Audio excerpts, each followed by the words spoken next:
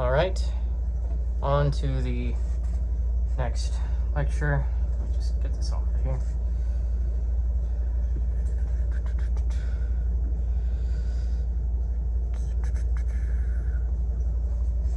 Okay, so we move from the prior analytics to the posterior analytics. So Aristotle's Posterior Analytics, Book 1, is the transition from valid inference to scientific knowledge. Now, in the prior analytics, Aristotle asked, when do propositions force a conclusion? In the posterior analytics, he asks, when does a valid conclusion count as knowledge? So just keep this in mind as we're going through each of these points here. Posterior analytics, Book 1. Just roll these sleeves up.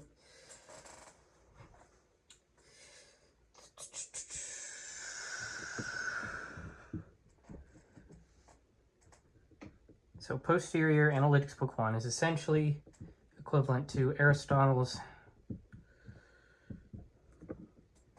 theory of scientific demonstration.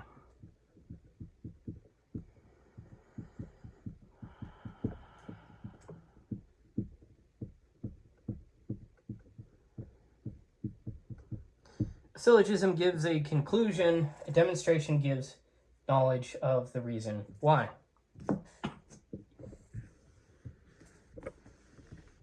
That being said, I move on to the first point.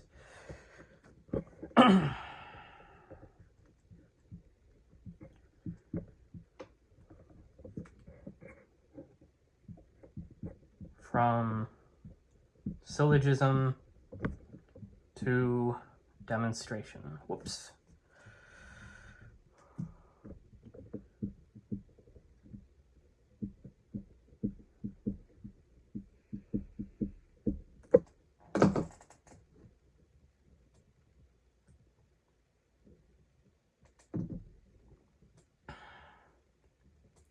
So, the prior analytics studied syllogism in general. The posterior analytics studies a special kind of syllogism, which is demonstration. So, let me just jot this down.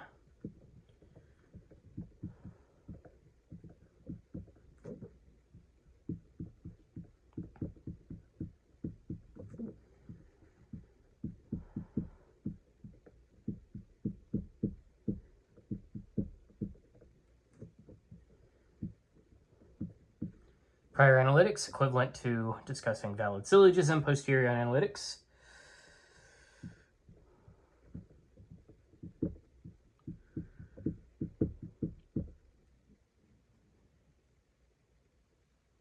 Oopsies.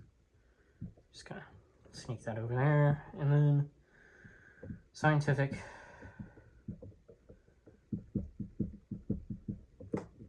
demonstration. Let's keep that in mind. All right. So a demonstration is a syllogism productive of scientific knowledge. So you could say that a demonstration in this context is equivalent to a syllogism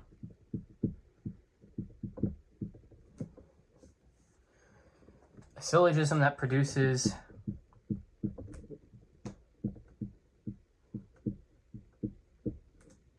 scientific knowledge.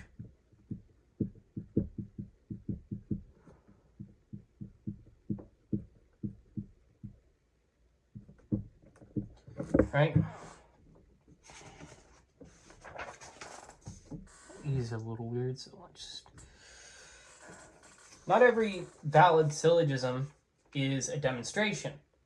A syllogism may be formally valid and still fail to produce scientific knowledge if its premises are not true, explanatory, primary, necessary, and appropriate. So just jot that down. Validity is not equivalent to demonstration.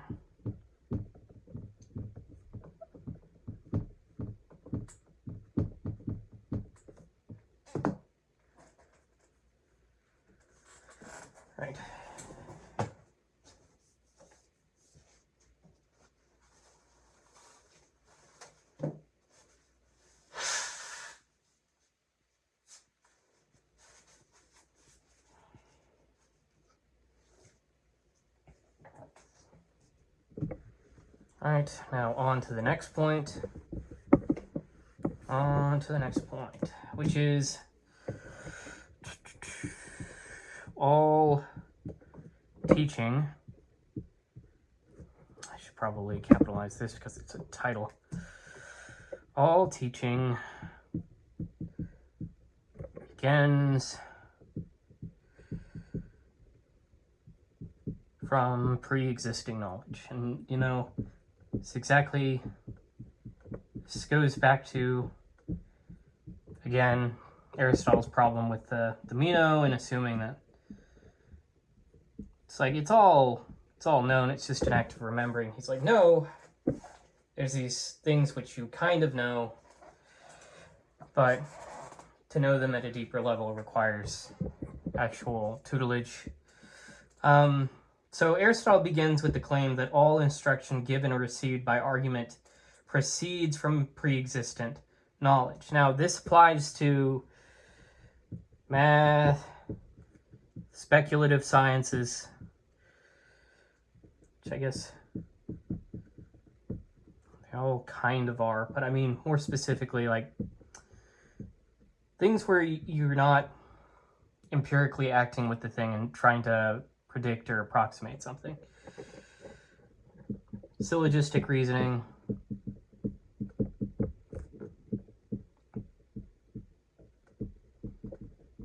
induction,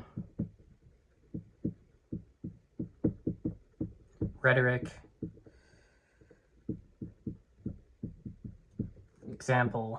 making examples, right? So, and enthemy.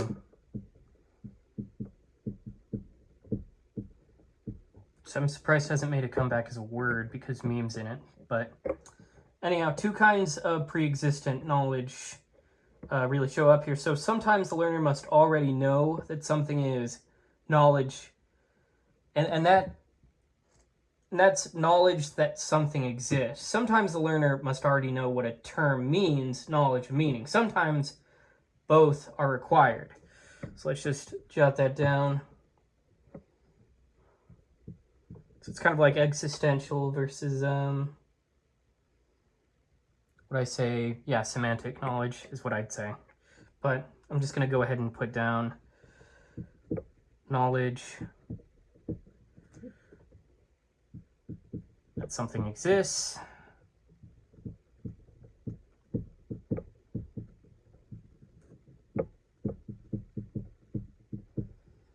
And knowledge of meaning.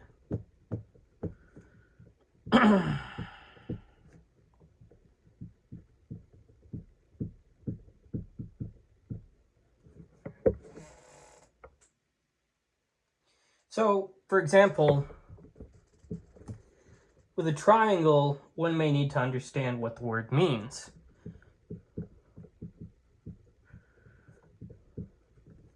Triangle is equivalently a three-sided, and this isn't completely formal mathematical definition, it's just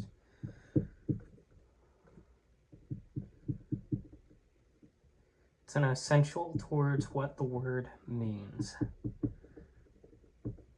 Triangle, three-sided rectilinear figure. Now with unit, one must understand the meaning. Let me just say,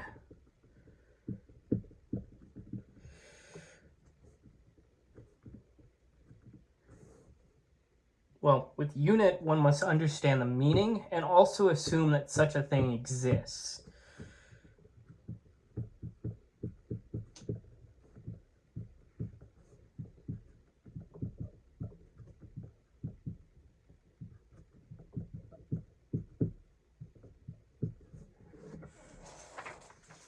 So learning never begins from absolutely nothing. Before learning,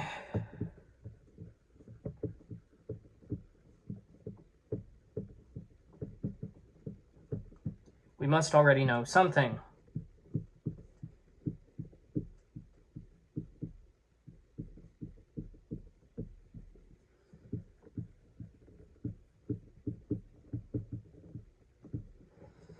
Which leads us back to reality. Whoops, there goes gravity. But more specifically, Aristotle and the puzzle of Meno.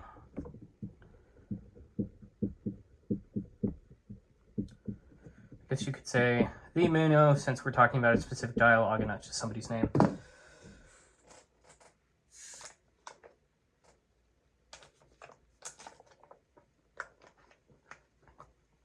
So there's an opening claim. Aristotle's opening claim helps answer the problem made famous in Plato's Meno. The puzzle is, okay,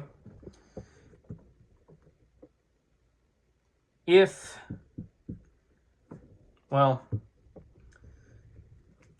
we already know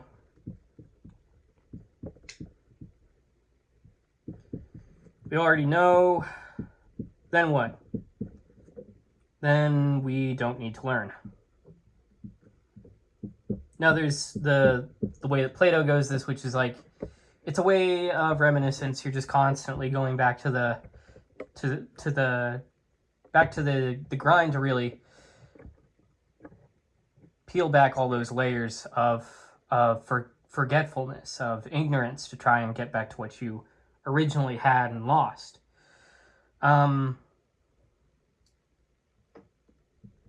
But that's not equivalent to saying that this is a new thing that you've never seen before. Now, another problem here is that if we don't know,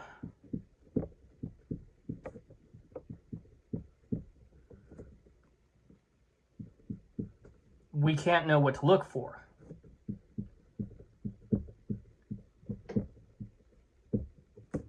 Now, I've mentioned what Plato sort of says about this. Aristotle takes a different route. Aristotle answers by distinguishing different scenes of knowing. A person may know something universally without yet recognizing its application in a particular case.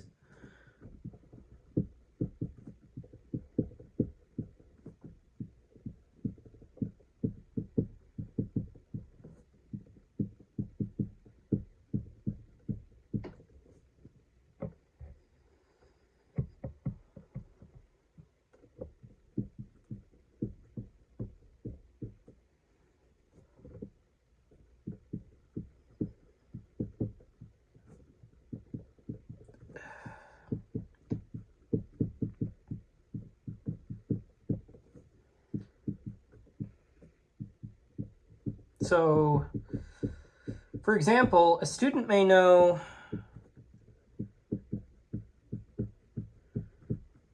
knows every triangle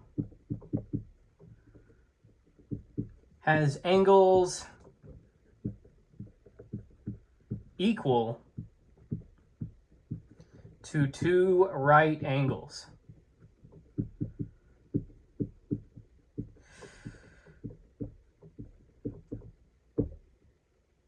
But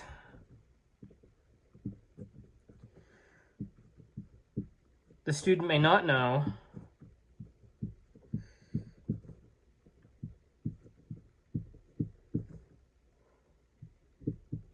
the student doesn't know this figure is a triangle. This figure here that we mentioned is a triangle. Now, once the student recognizes the particular is falling under the universal, the student comes to know the particular case. Learning moves from prior universal grasp to partial recognition. So, one may know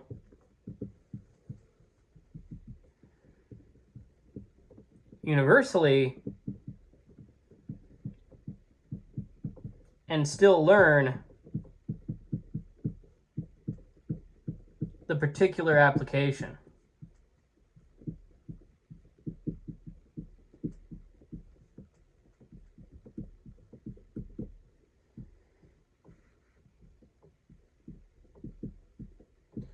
All right.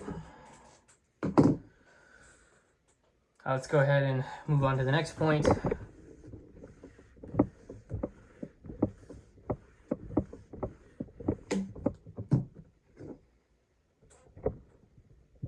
Point 4, what is scientific knowledge? And remember, this is science in the old sense of the word, not necessarily things like physics or chemistry, but more so just whenever we say science, we mean a body of knowledge with its own working rules, at least in this context.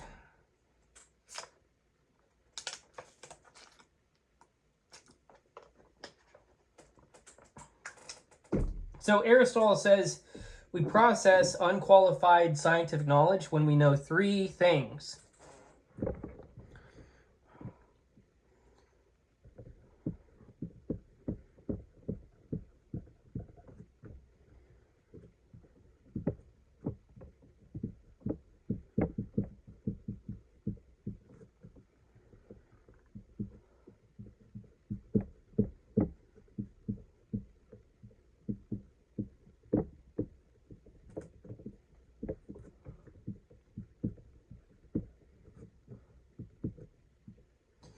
Firstly, the cause on which the fact depends.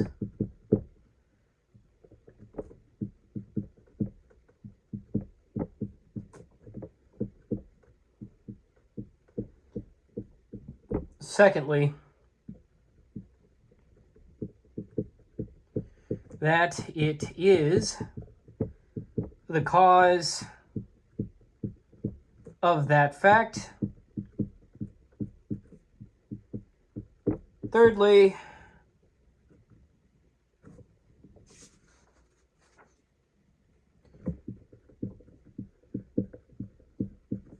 that the fact could not have been otherwise, or could not be otherwise.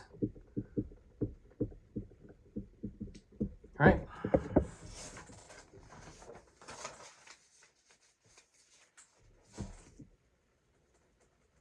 So essentially, we run into this idea of scientific knowledge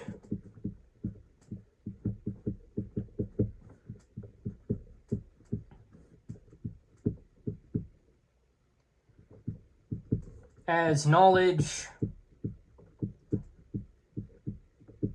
of the cause as cause. Scientific knowledge is not merely true belief, it is knowledge of why the truth must be so.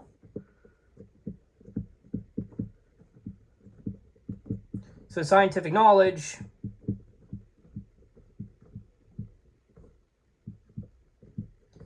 concerns what cannot be otherwise.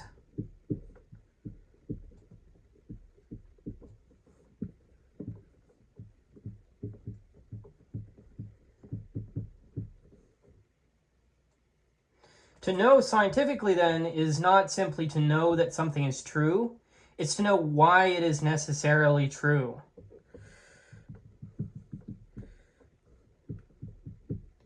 So we have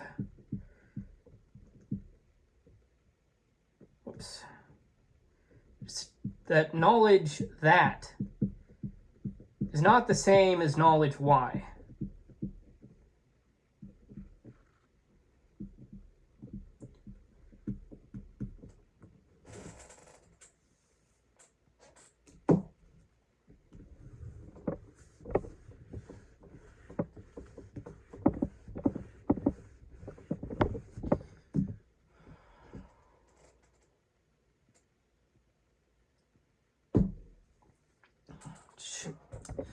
Leads me to my next point.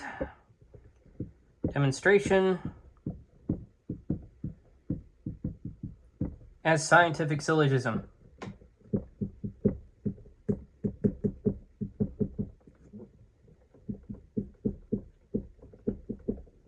So demonstration is the kind of syllogism that produces scientific knowledge. So you can say that demonstration is roughly equivalent to syllogism, productive of scientific knowledge.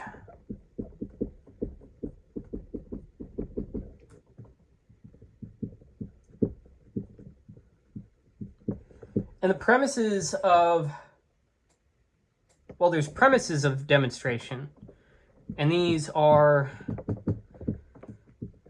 second.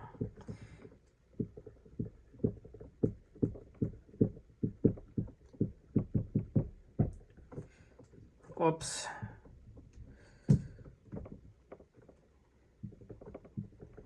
Well, I mean necessities of the premises of demonstration must be, for one thing, they must be true. For another, they must be primary. For another, they must be immediate. And they must be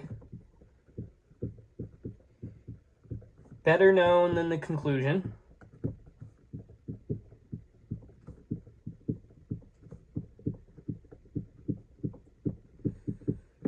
Prior to the conclusion.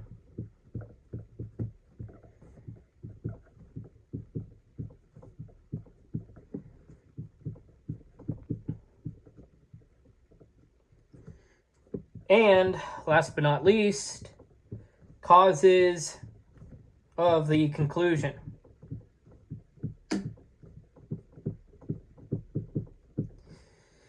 A demonstration is not just a valid argument. It is a valid argument whose premises explain the conclusion. So we wind up with a different way of looking at this in formulation. Syllogism plus explanatory premises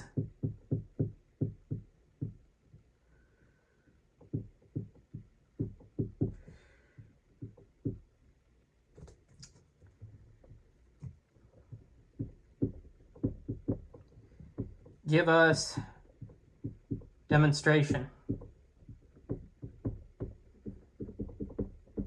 All right.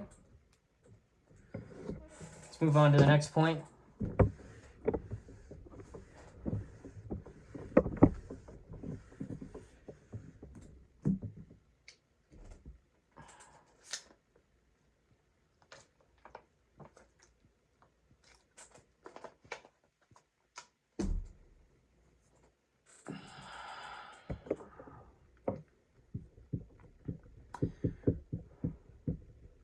Use an example. Validity without demonstration.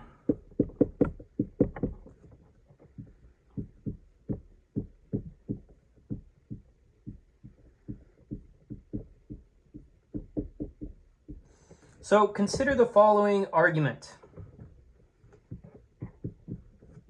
All stones are animals. All humans are stones.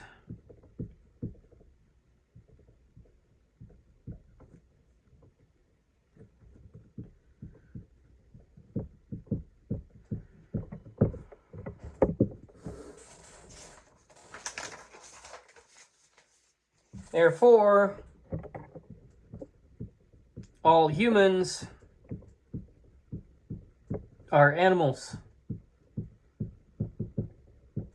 Now, the conclusion is true, and the form resembles a valid syllogism, but this is not a demonstration.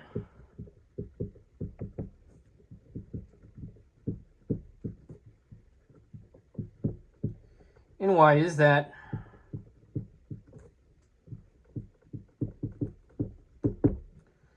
Well, for one thing, the premises are false.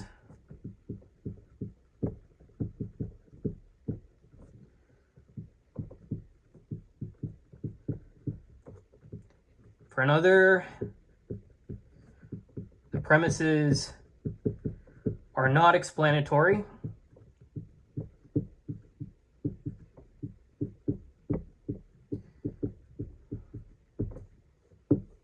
For another, the middle term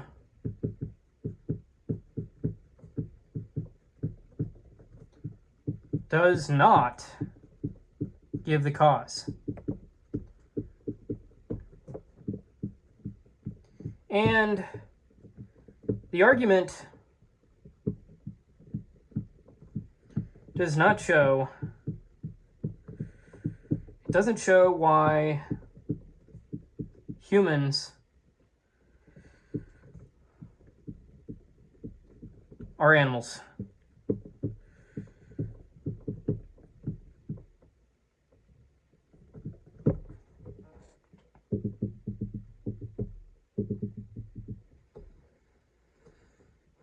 Demonstration requires more than a conclusion that happens to be true.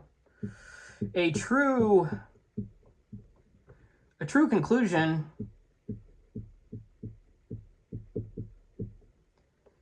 from bad premises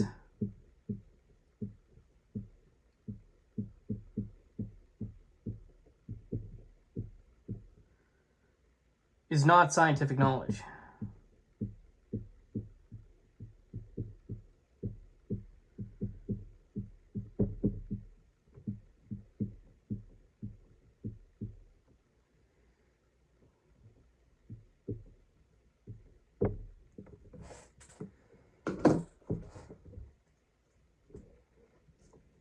Let's move on to the next point.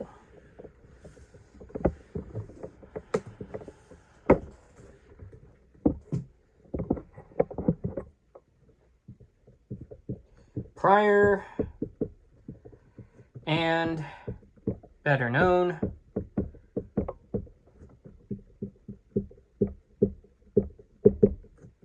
to us and by nature. So Aristotle distinguishes two senses of being, prior and better known.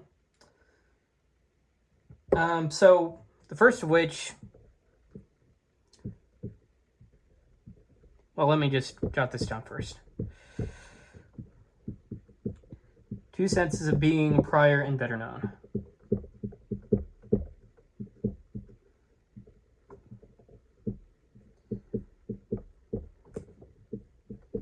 So the first is prior and better known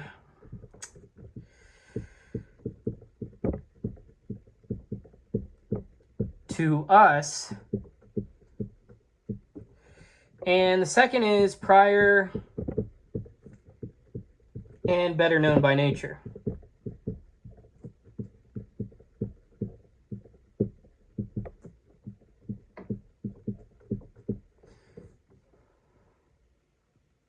Now, things closer to sense perception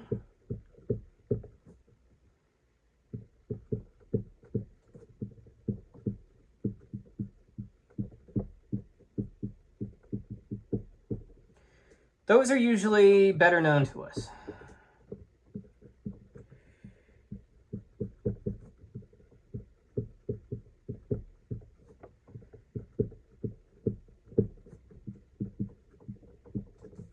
So things like particulars,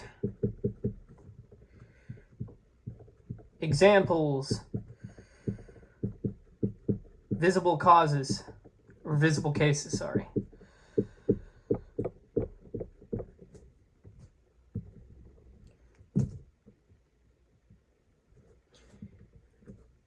And then causes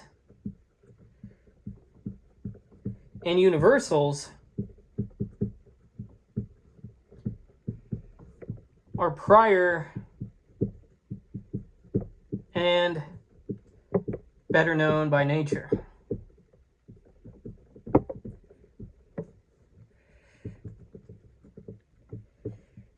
So, as I mentioned, causes, universals, principles,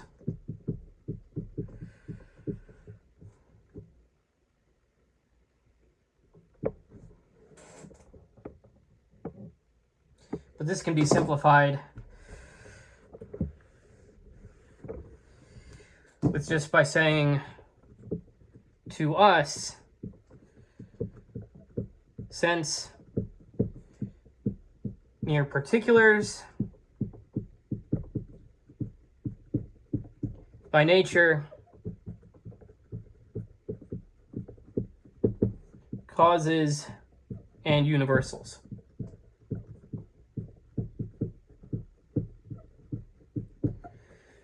Now, learning starts from what is clear to us and aims at what is clear by nature. Education traditionally usually moves from, well, in this formation, only from familiar, and maybe in general, just from familiar facts to explanatory causes. Though, I mean, there's kind of an argument that you could just do this to where you could just formulate education in such that you just memorize things, and then from those memorized things, then you discuss more particular things. But in this case, education moves from familiar facts to explanatory causes.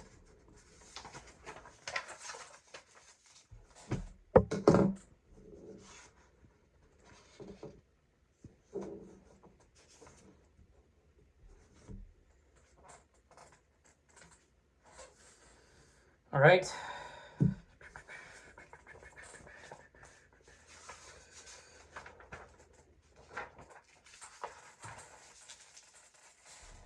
We move on to the next point.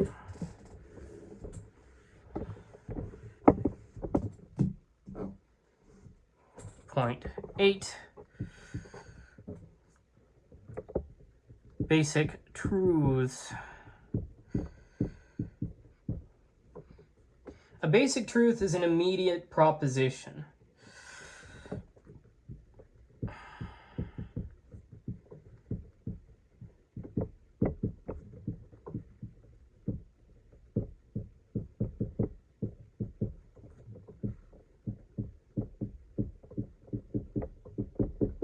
So an immediate proposition has no prior proposition through which it is proved.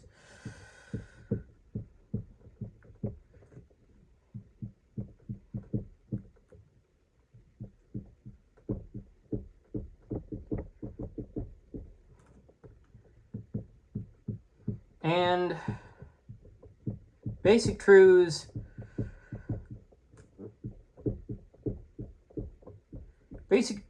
are necessary because demonstration cannot go on further.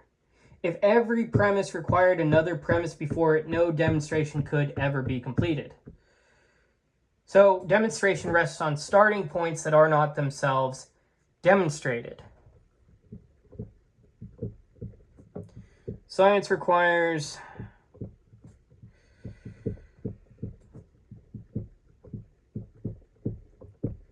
indemonstrable first principles.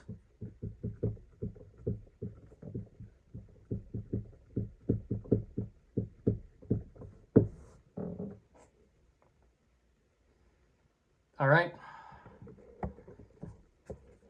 Let's get into some of those.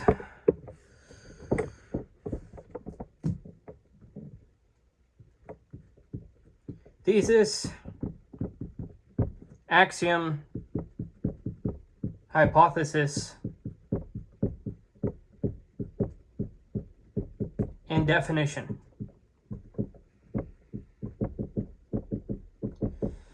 So Aristotle distinguishes several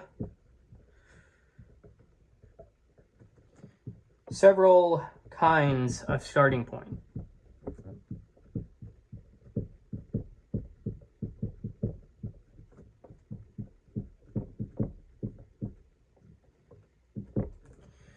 So let's say you have a thesis. Well, in this formalization, a thesis is an immediate basic truth not proved by the teacher.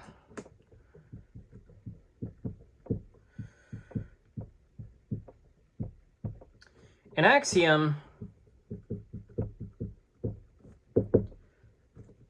is a truth the learner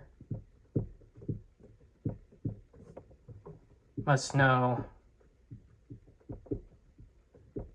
to learn anything.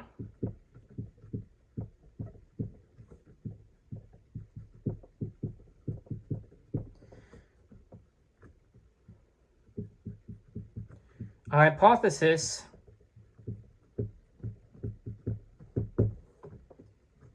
is an assumption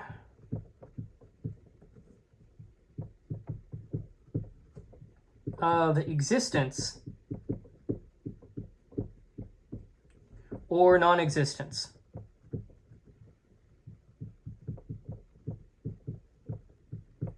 And a definition is a statement of what something means. Now, you can also play mix and mash with these. You could define something, and that definition itself would be an axiom. But suffice to say, this is sort of these are the basic starting points by which you'd get anywhere. So let's focus on these more particularly. 3, 2, 1.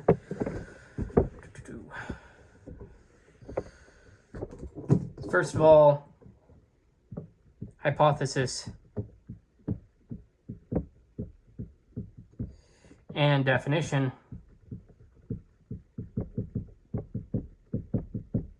Hypothesis asserts that something is or is not. So,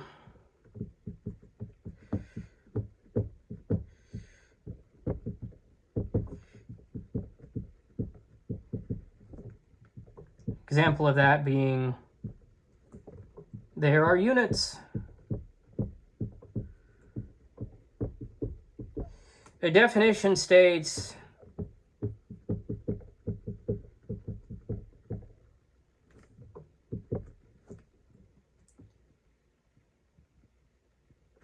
what something is.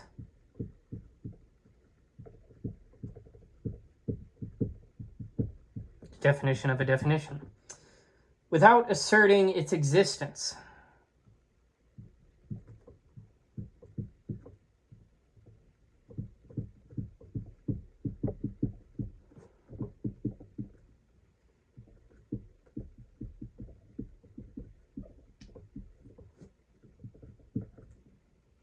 A unit is quantitatively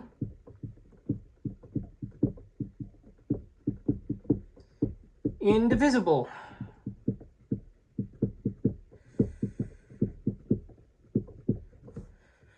So it's a different way to treat the existence of objects. Now, a definition lays down meaning, a hypothesis asserts existence. To define what something is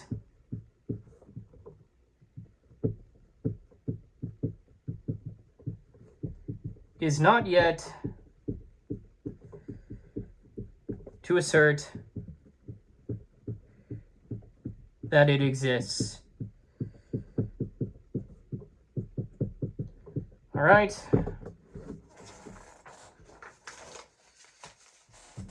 Move on to the next point, which sort of, well, there's a problem with relying only on demonstration. There's also a problem on relying on only a priori things, right? You can see that if everything is just definitions and they're all equally valid, it's like, well, nothing really means anything at all. But more specifically within the context of this work, I'm going to move on to my next point here, which is against infinite regress Aristotle rejects the view that all knowledge requires demonstration from the get-go. If every premise had to be demonstrated,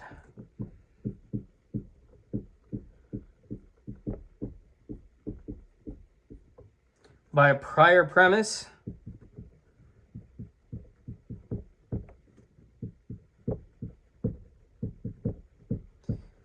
then knowledge would require infinite regress.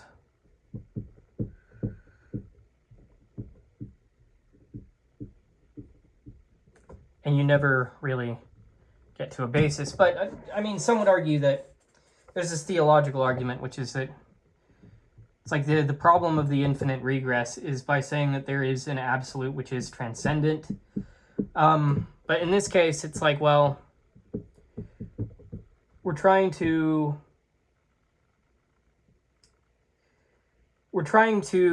I guess, kind of head that off at the pass by,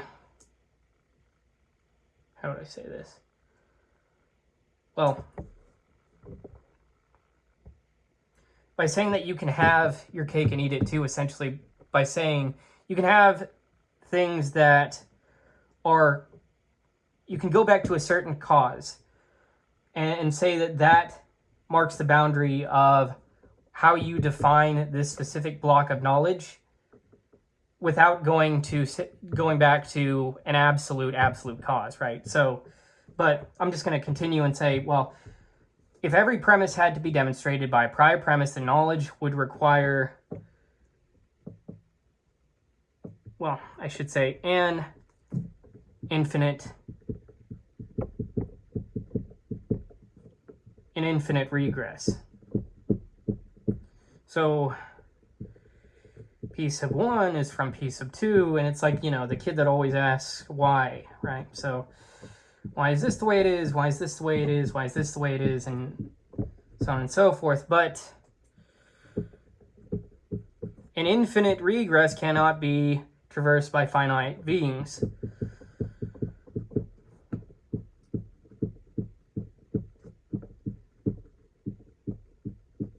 I should say be fully traversed, because you can traverse it insofar as you can traverse parts of it, but you can't traverse it fully, because you're not an infinite being, at least from what we see, right?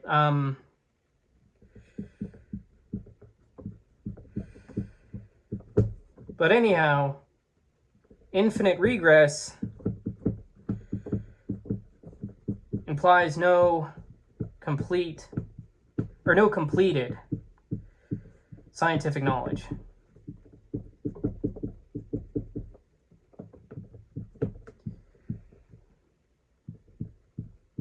Therefore, not all knowledge is demonstrative.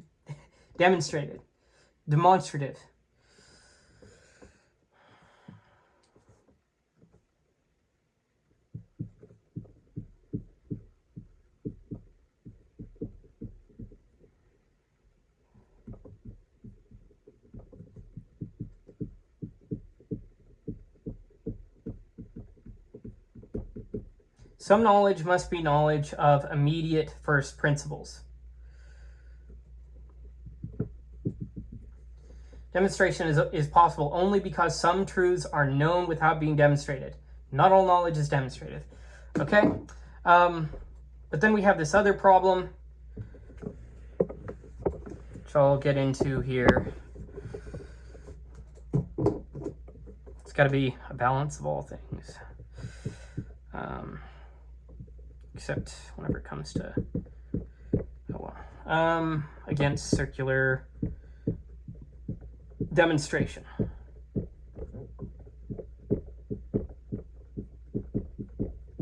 Aristotle also rejects circular demonstration. Circular demonstration attempts to prove premises by means of the conclusion they are supposed to prove.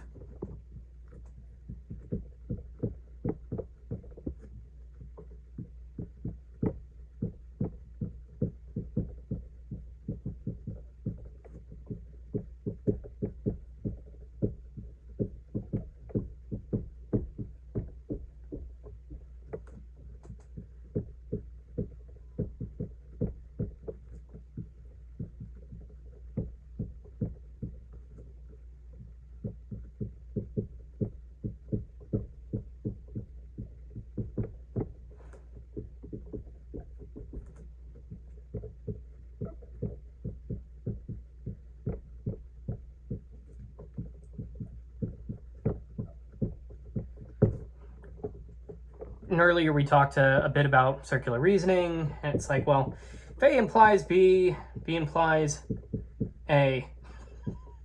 And this destroys explanatory priority.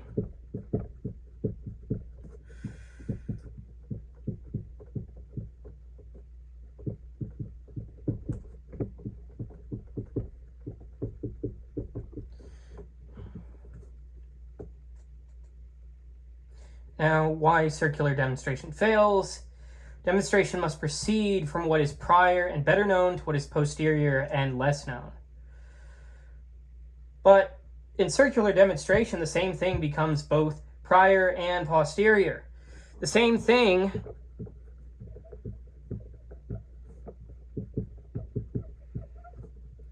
cannot be both unless you have something which is, again, going back to a theological thing, the alpha and the omega, right? That's different. that's essentially different. You're essentially saying, oh, but there's a thing greater than any of the pieces that we have on the board. But so far as we're looking at this, the same thing cannot be both prior and posterior in the same demonstration.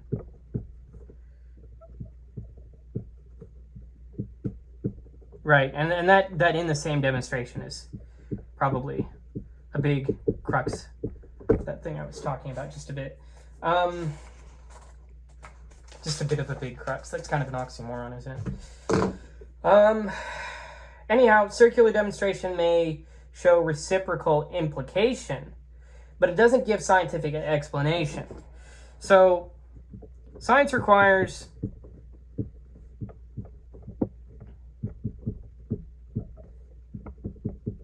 first principles, not explanatory circles. And that sort of goes to the point whenever you abuse a theological axiom to justify your own intellectual constructions, things can go very wrong. So it's like, well, why is the weather that way? Because God made it so. Why is it that the particles are acting such that they are? Because God made it so. Well, I mean, okay, but how did God make it so? And then we can actually talk, right? Now, let's move on to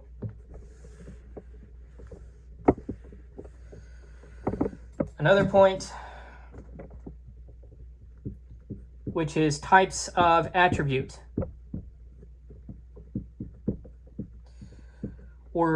So in the translation I have of Aristotle, he uses the word predicable a lot. A thing is predicable of a thing.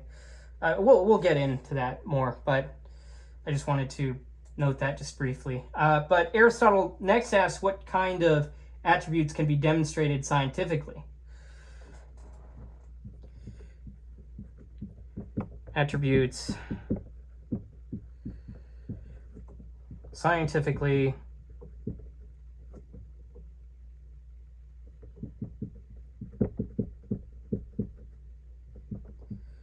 demonstrable or demonstrable. I like just saying demonstrable.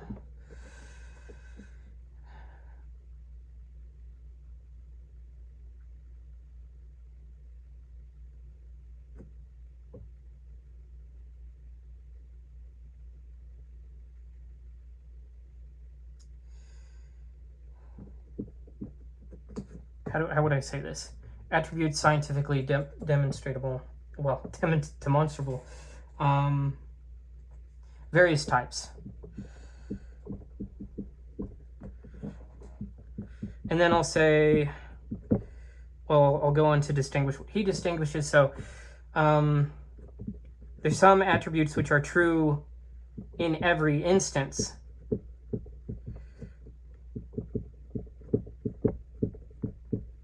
So an attribute which is true of all cases and always some which are essential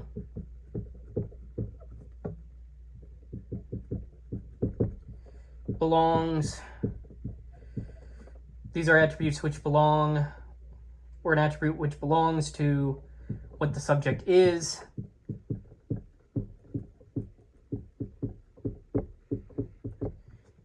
And then there's this one, which is this one's particularly neat, which is commensurately, or you could say correspondingly, I suppose, universal. In the translation I have, it's commensurately, which is belongs, attribute which belongs to the subject as such.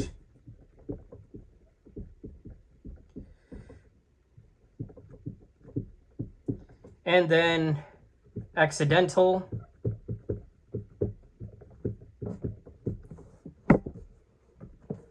which is not an attribute which is not essentially connected. It just happens to be there. Scientific demonstration is concerned with what belongs essentially and universally, not with accidental conjunction. So demonstration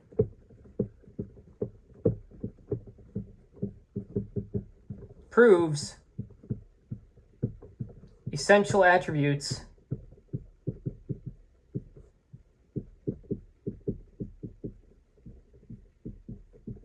of their proper subjects.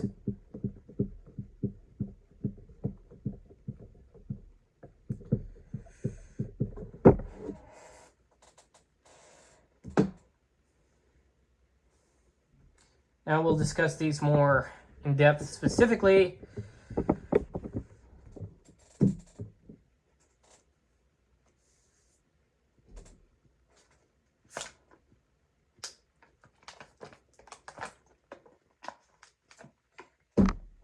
starting with this first one, true in every instance.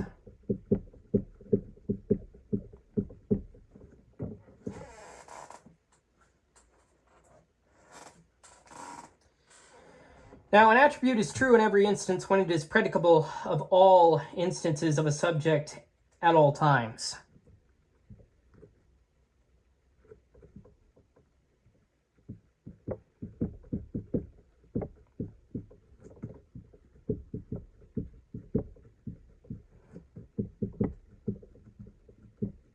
Which is what I mentioned there before, but I'm just going to jot it down up here. So, little visual reference.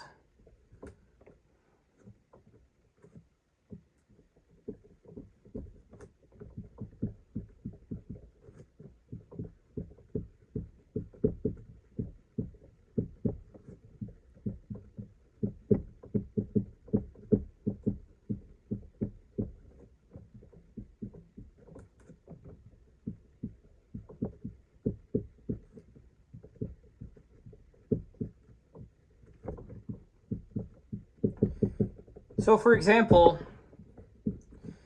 animal is predicable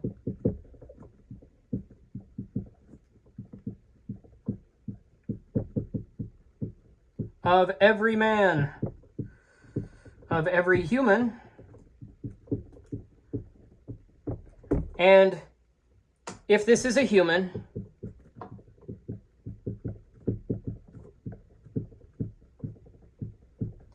then this is an animal.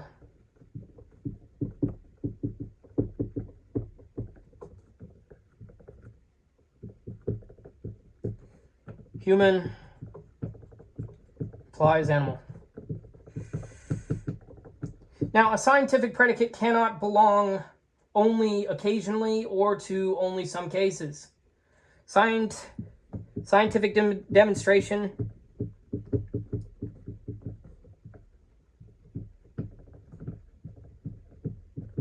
requires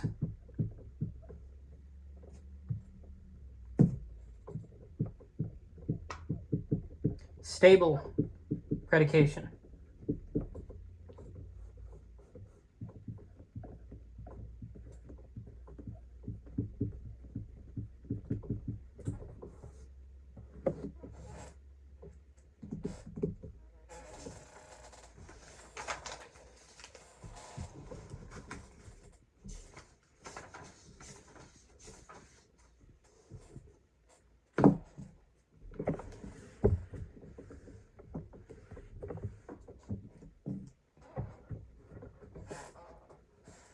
All right, let's move on to the next point. Essential attributes.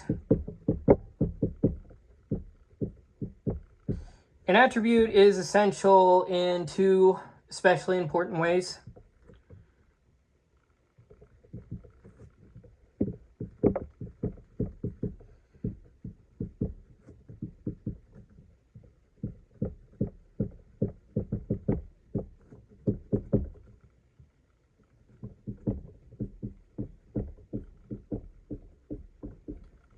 So first off, in the first sense,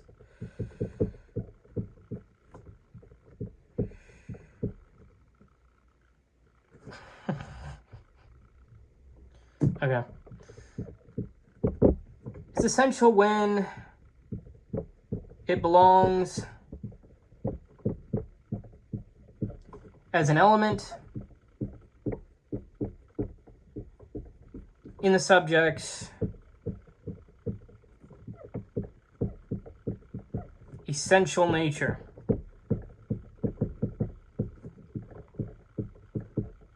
So, for example, line belongs to triangle.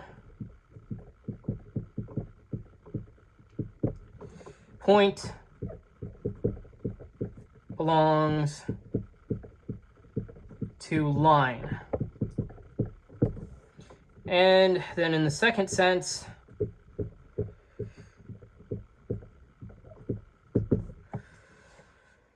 when the subject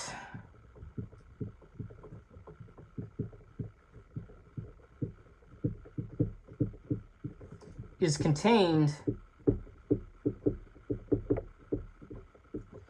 in the definition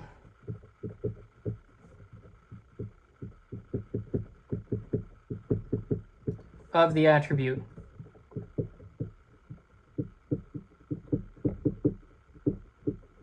So for example, odd belongs to number.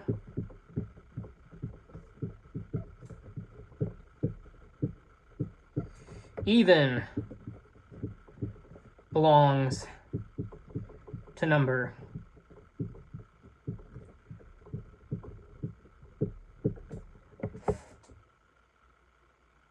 Now, essential attributes are not accidental add-ons.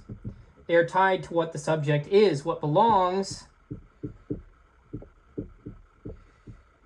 essentially belongs through the thing's nature.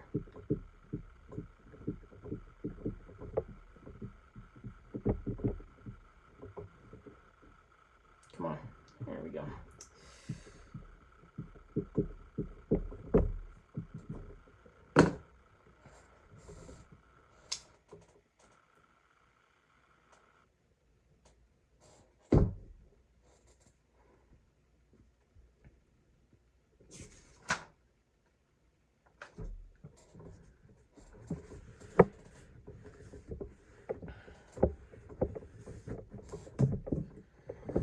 On to the next point. I think I'm going to need a new marker here pretty soon. Accidental attributes.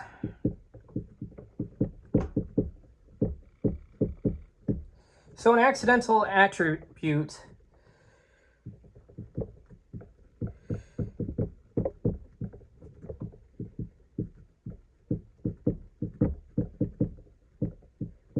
is not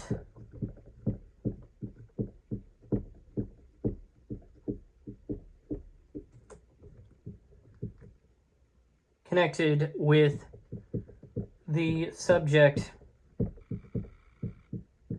through its essence.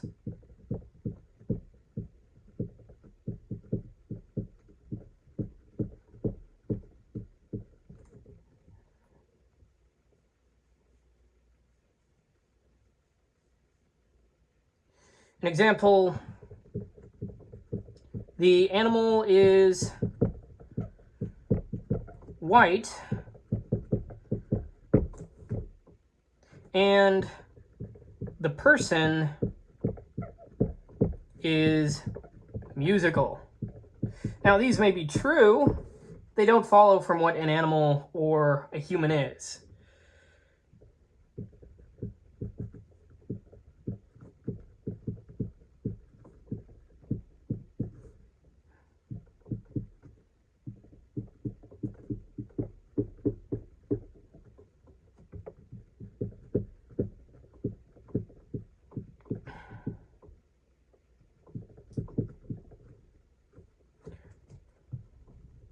Or I should say animal in general, or human is. Now, the accidental may be true, but it is not the proper object of scientific observation. There is no demonstration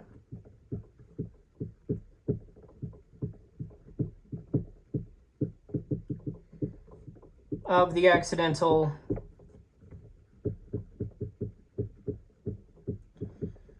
as accidental, because that would be a contradiction of terms.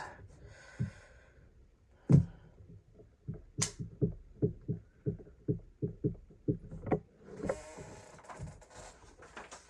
least here, the accidental.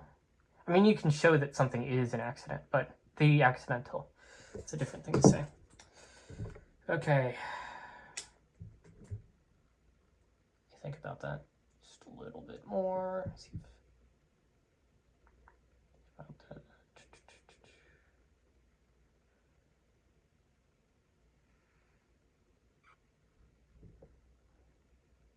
I'm going to keep that for now. There's no demonstration of the accidental as accidental. Yes, because demonstration means something more particular here. Okay. Yeah, I'm going to need another marker. This one's done.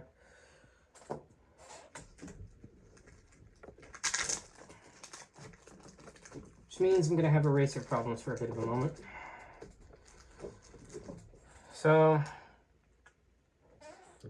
all the eraser is going to have, I'm going to have problems with how difficult it is to erase. But this next point, commensurately, look at that.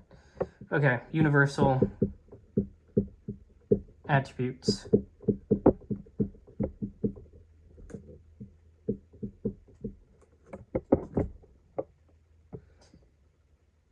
Now, an attribute belongs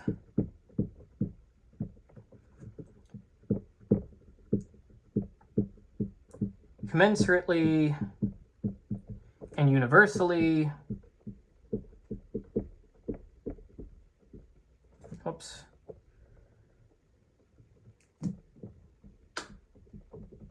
when it belongs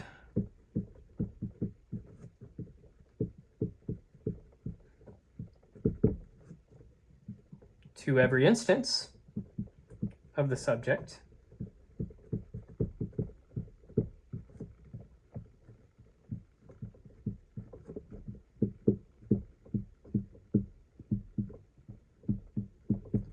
essentially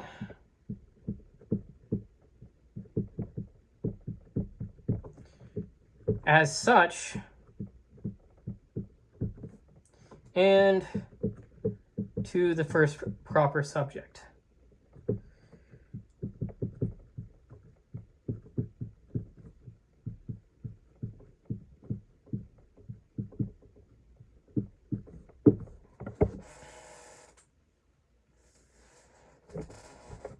So a formulation you could have is commensurately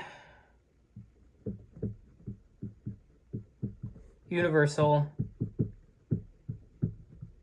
is equivalent to universal, essential, and proper.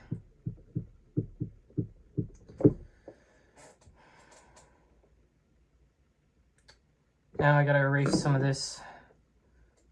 Well, actually, I think I have to make room for that, but just keep that in mind. An example here. Got to put down. So, triangle example here. Having angles equal to 2 right angles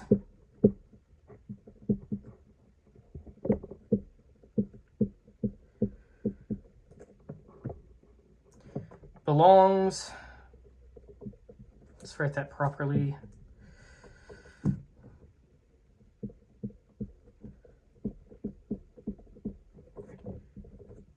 belongs to triangle as such. Well,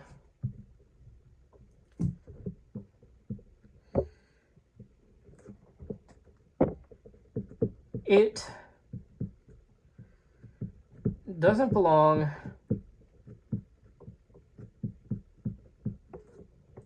primarily to isosceles triangle.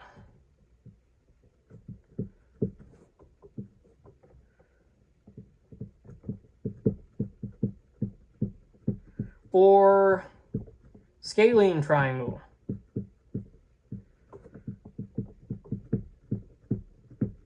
Or equilateral triangle.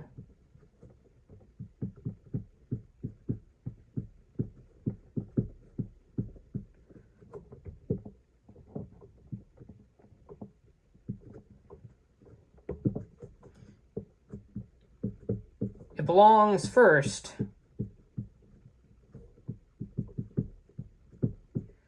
to triangle.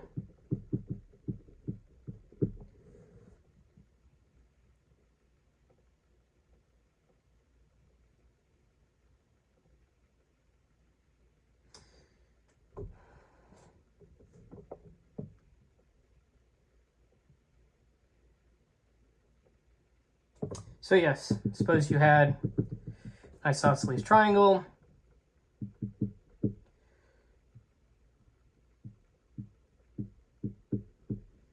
Think isosceles, and then you think, okay, it's a triangle. And you think, okay, 2 right angles.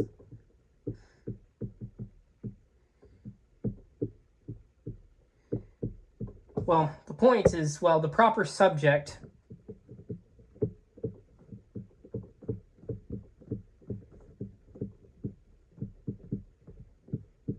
is the first subject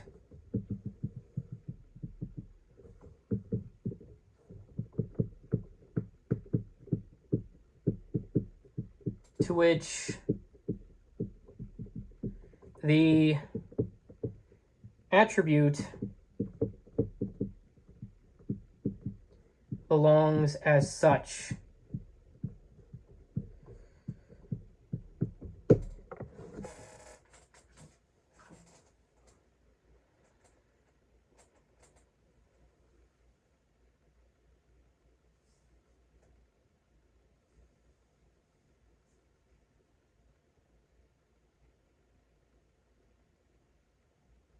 However, and this is within the context of commensurately universal attributes. All right. Moving on to the next point.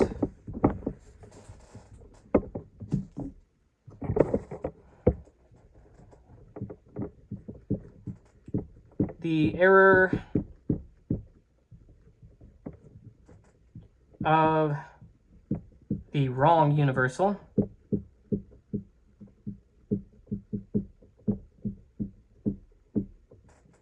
Aristotle warns that we may mistakenly think we have demonstrated something commensurately and universally when we have not.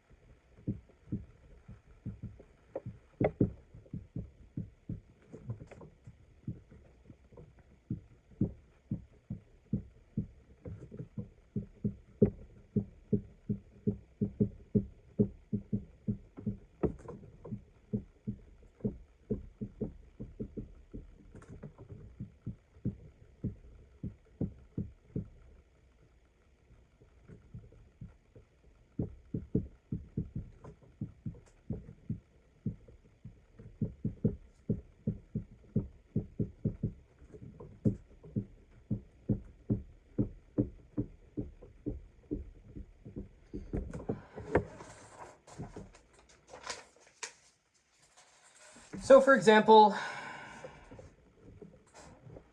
if we prove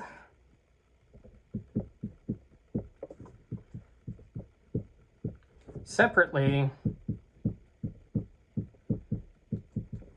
that equilateral triangles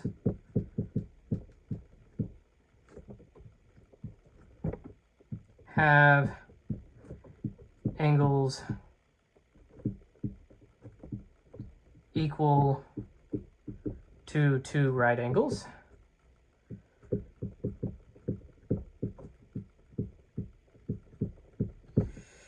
and the same goes for isosceles triangles and scalene triangles. We still have not grasped that the attribute, well, then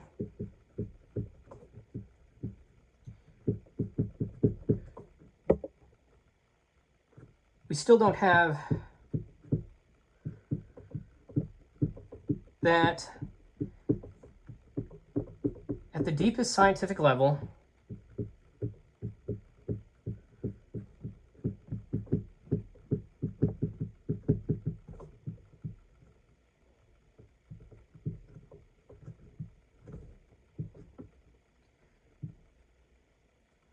this trait, this have angles equal to 2 right angles, belongs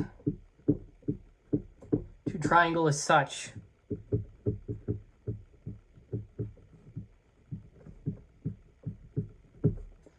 Now, scientific knowledge seeks the correct level of universality.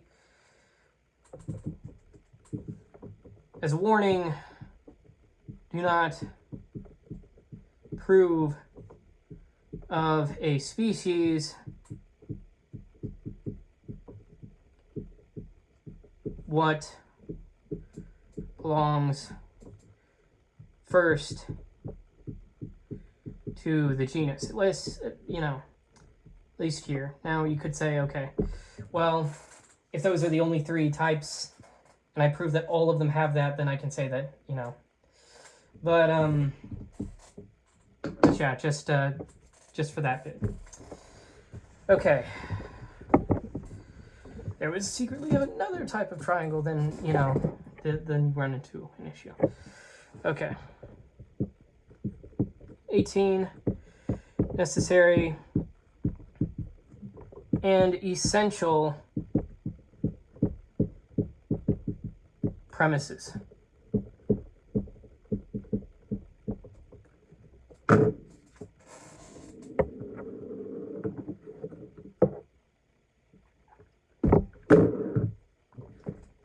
Because scientific knowledge concerns what cannot be otherwise, demonstration must proceed from necessary premises. Essential attributes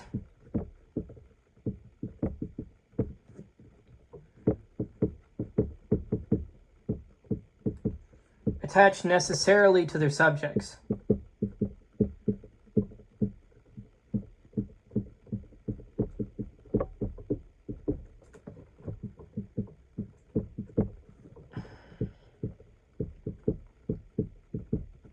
Accidental attributes do not.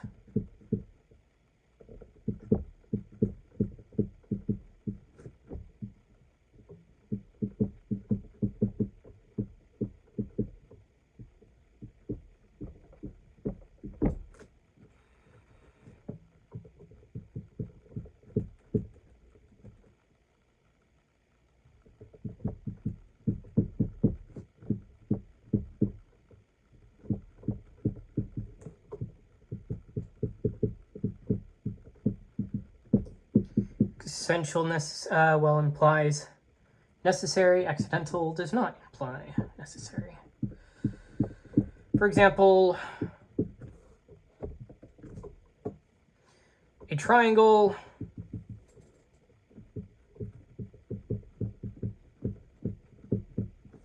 has angles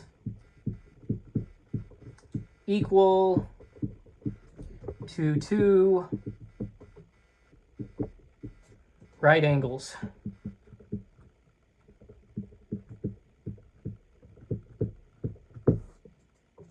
This belongs necessarily.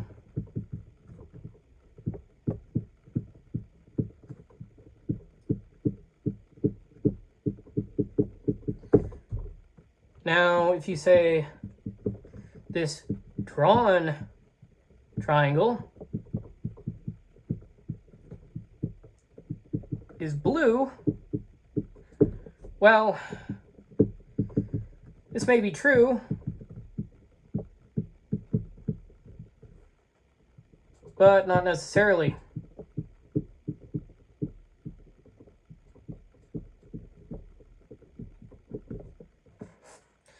Demonstrative premises must be necessary and essential.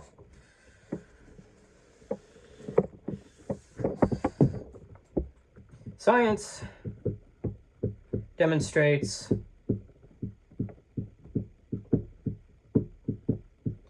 necessary connections. Which in the British translation I have is spelled with an X, so that's pretty, I liked that. That's pretty cool. It gives more use to the letter X than it usually gets. Through essential premises.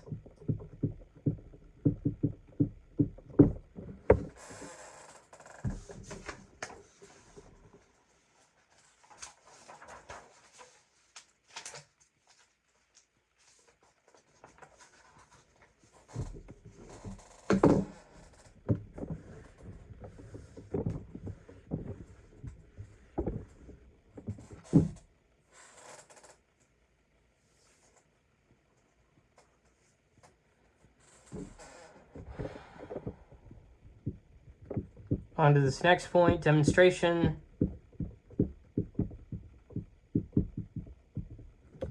Must remain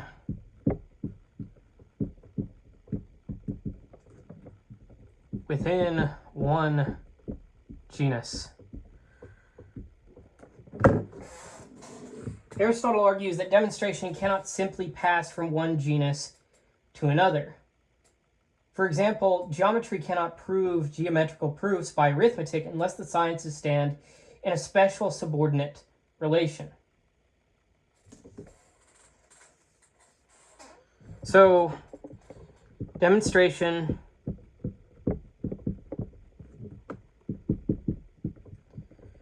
must use principles appropriate to its science.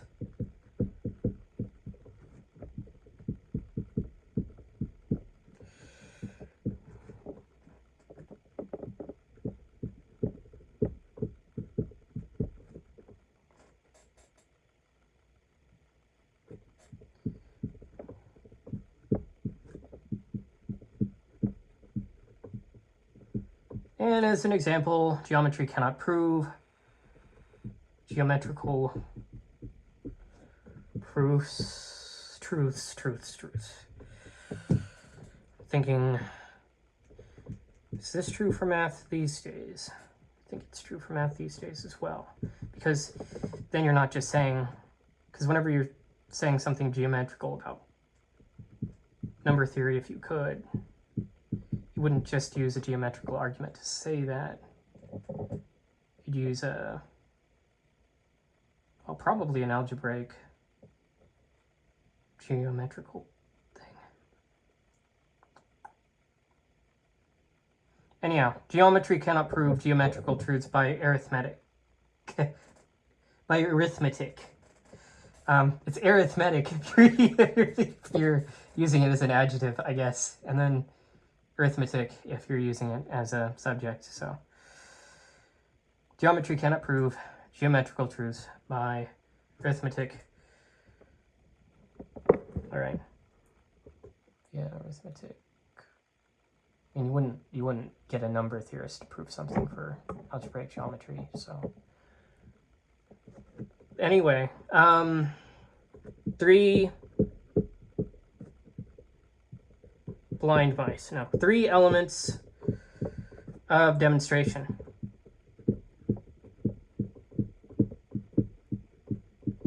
So every demonstrative science involves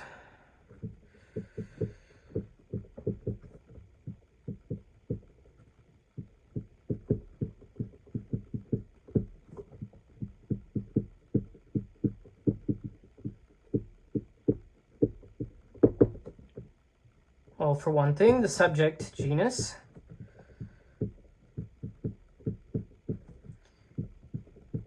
For another, the axioms or basic premises.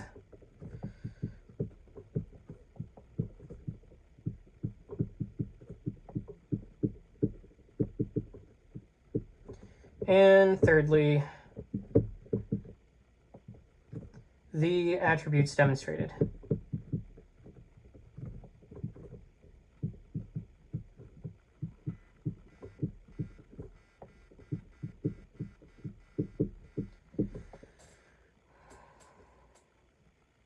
Now, each science has its own domain, principles, and proper attributes. Scientific knowledge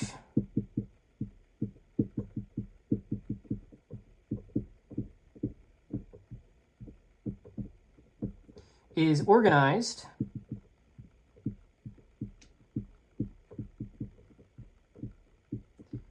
by genera, or I guess you could say genre, but genera sounds more right, and we're not talking about the type of music you're listening to, so genera.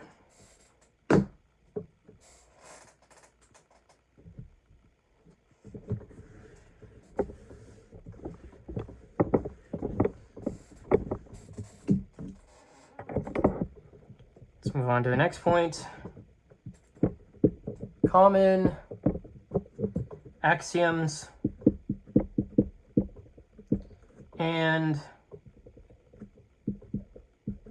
proper principles.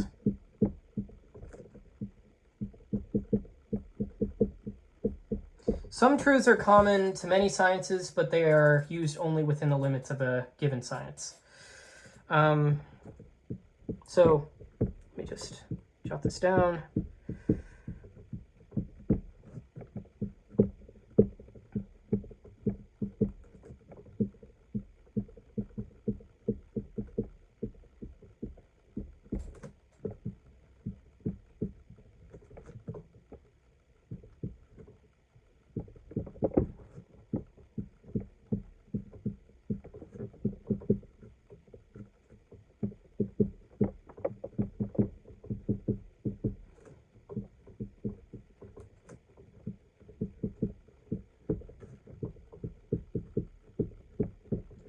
So, for example,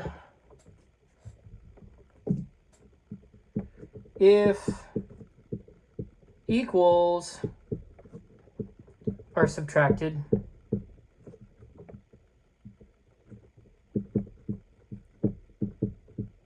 from equals,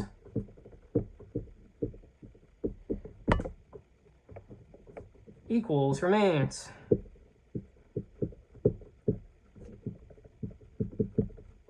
Well, equals remain. Now this may be common,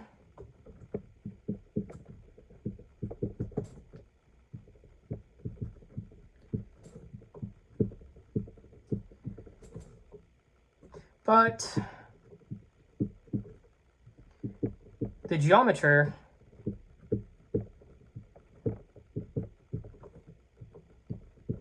uses it of magnitudes, while the arithmetician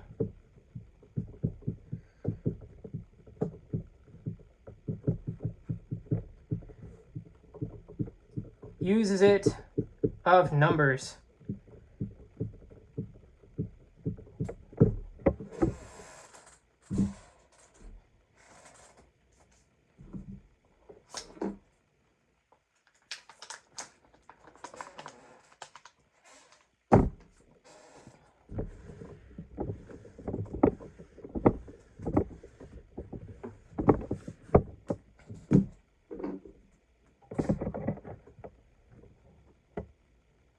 So each science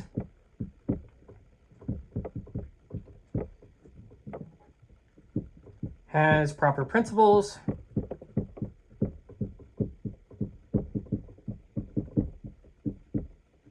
peculiar to its subject matter.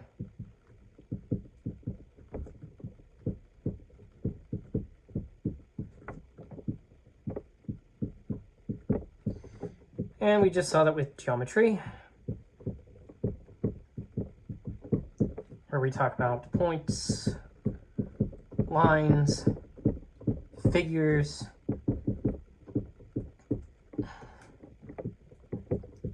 arithmetic,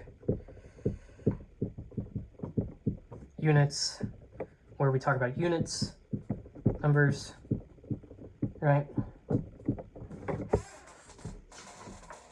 Common axioms do not erase the differences between sciences. A science needs both common logical principles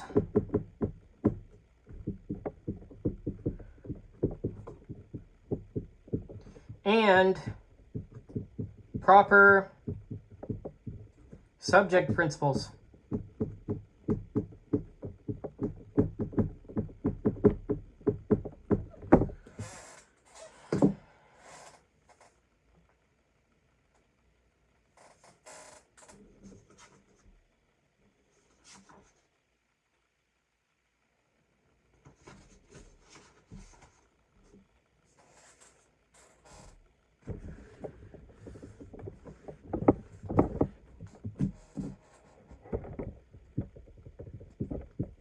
On to the next point, knowledge of the fact and knowledge of the reasoned fact.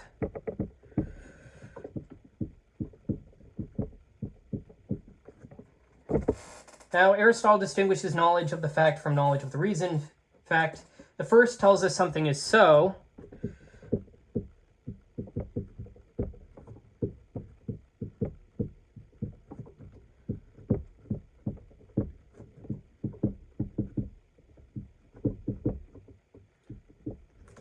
Whereas the second tells us, gosh, I wish I could write as fast as I talk, goodness. Ugh. I mean, I could just do the thing where I get like a dictation device that just does that, but it's not the same, is it? The second tells us why it is so. Scientific knowledge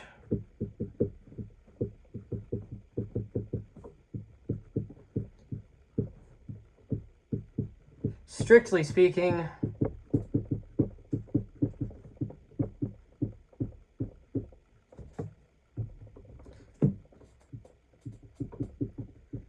is knowledge why. Or, you know, you could use the word how there, because why kind of carries more of a moral connotation to it. But, yes. On to the next point.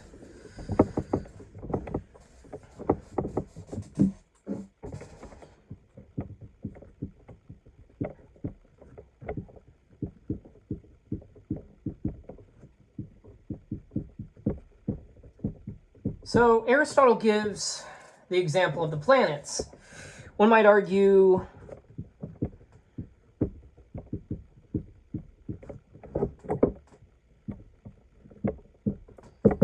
the planets do not twinkle.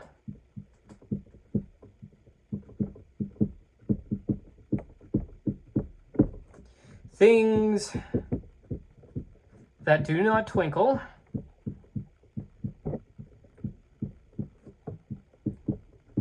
are near. Yes. And therefore, the planets are near.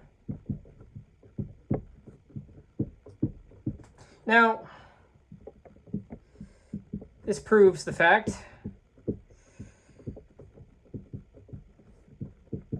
but not the reasoned fact.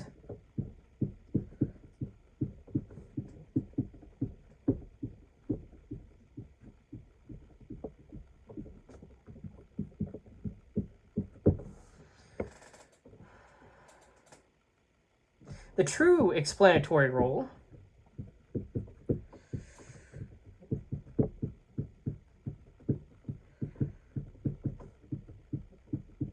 is,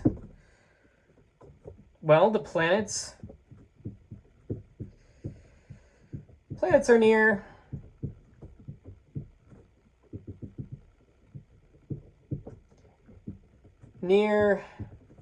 heavenly objects, well, heavenly bodies do not twinkle.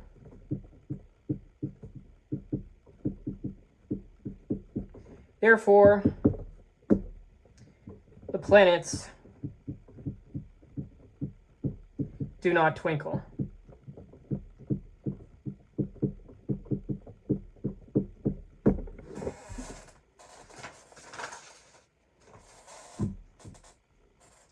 Now, the cause must be the middle term. That's the big deal here.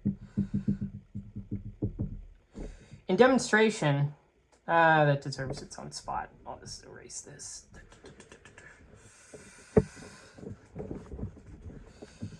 But yes, in demonstration,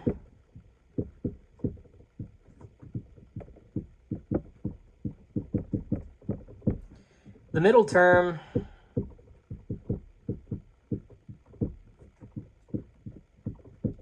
is not merely a connector,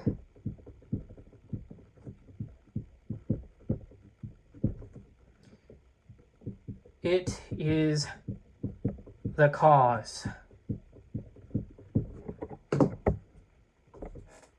All right, let's move on to another point here.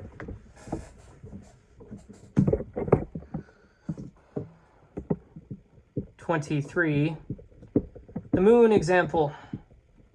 It's made of cheese. That's what I know. But yes, one may infer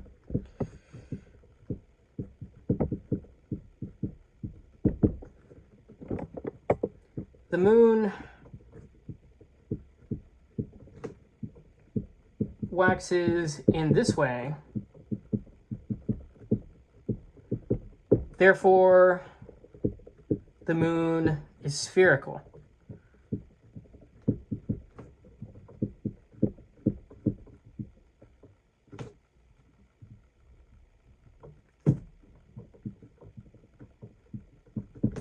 But the deeper explanation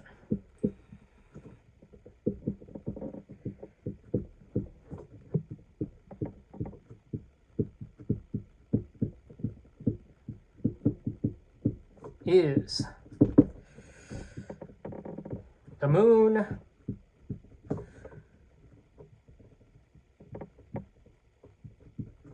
waxes in this way because it is spherical. And that's sort of the object of science, to get deeper and ever deeper explanations of the thing. But the fact may be more obvious to us while the cause is prior by nature.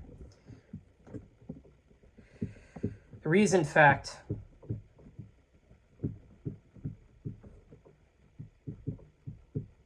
reverses the order of mere observation.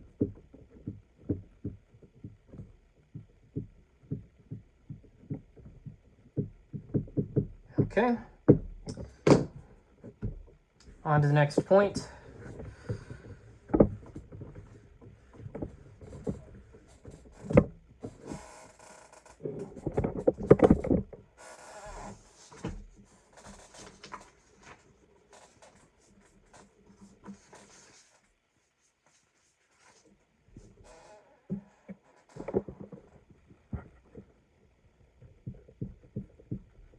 subordinate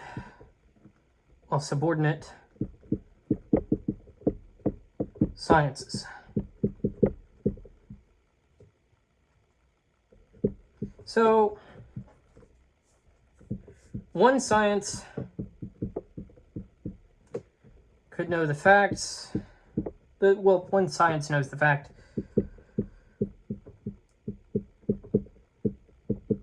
while another knows the reason why.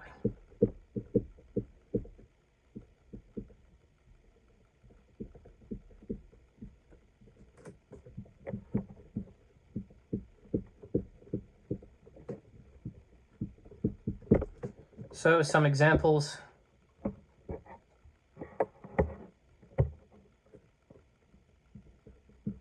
For optics, we have that it's subordinate to geometry.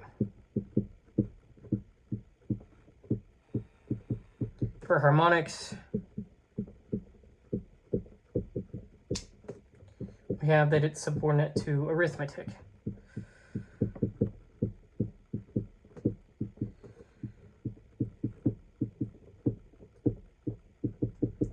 For observation,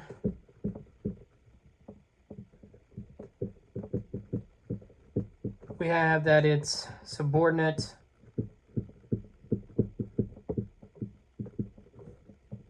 to mathematical astronomy. The empirical observer may know that something is so.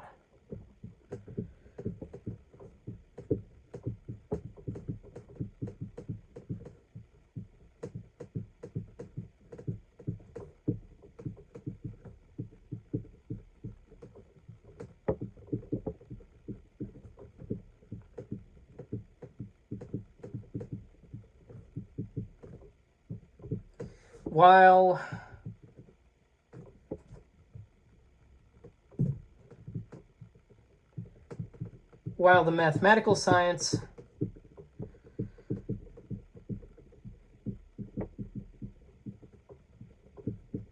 explains why.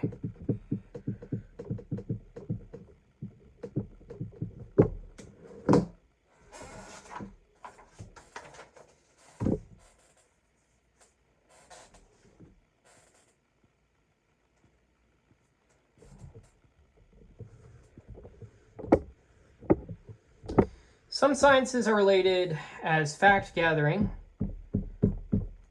to cause explaining. Subordinate sciences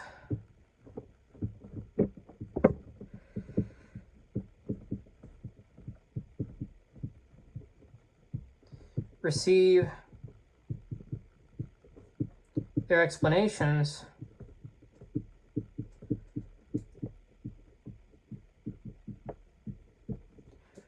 from superior sciences.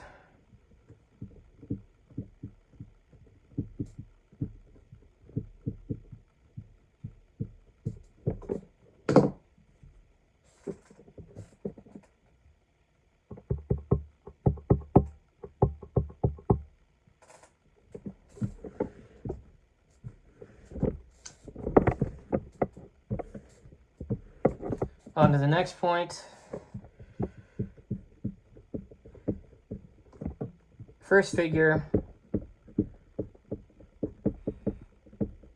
which refers to the first figure in the prior analytics, is the scientific figure.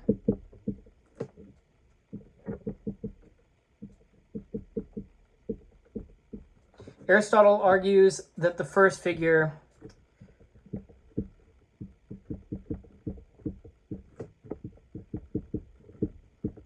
is the most scientific.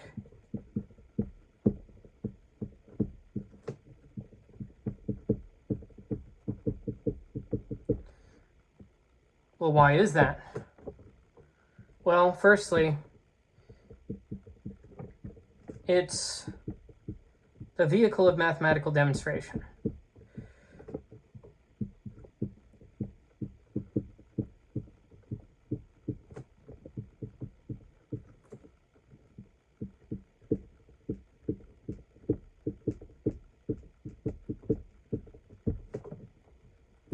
it best gives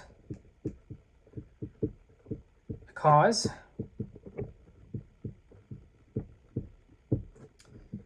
It enables knowledge of essence, and the other figures depend on it.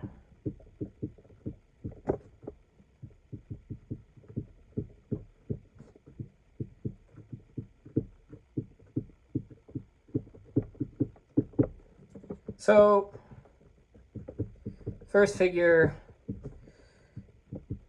with this view is the figure of scientific explanation.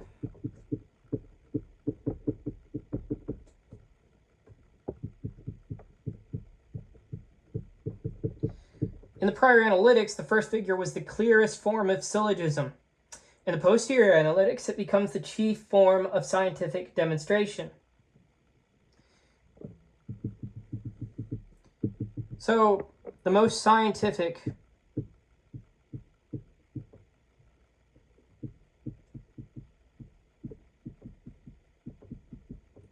syllogism is the one that best displays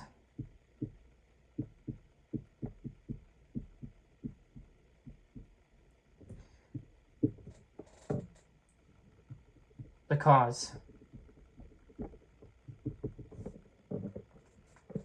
All right, let's move on to the next point.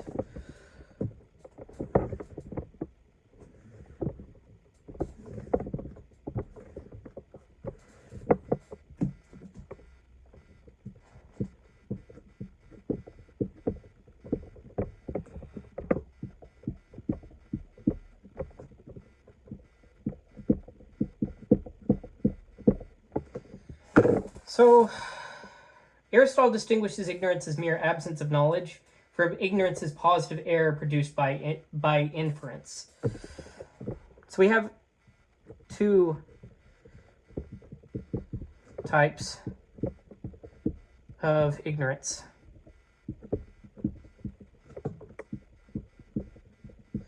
Ignorance is lack,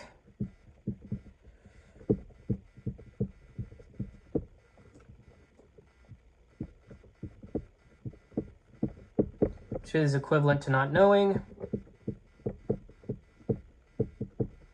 And ignorance is error,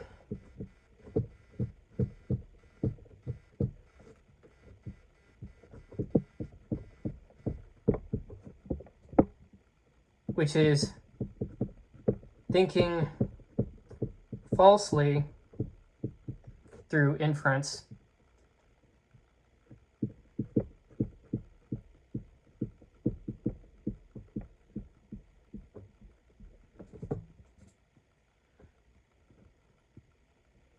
Bad reasoning can produce a positive state of ignorance.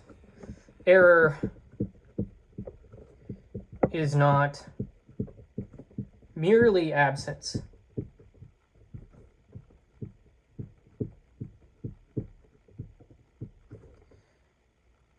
It can be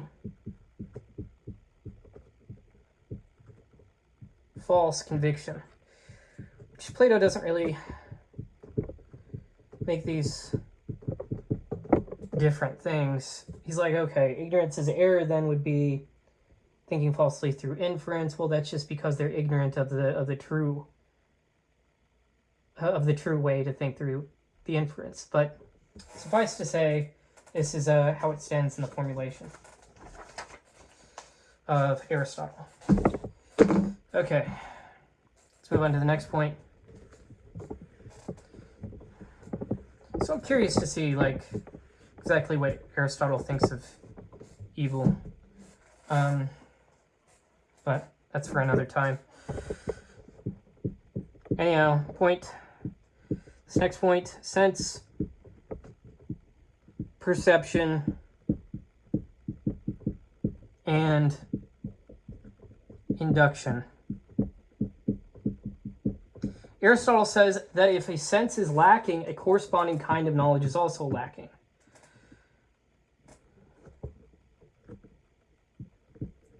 So we have sense lacking,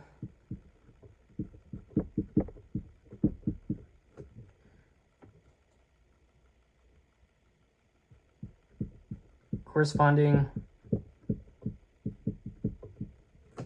knowledge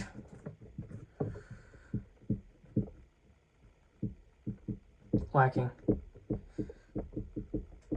Now, why is this? Well, because induction depends on sense perception, and universals are grasped through induction.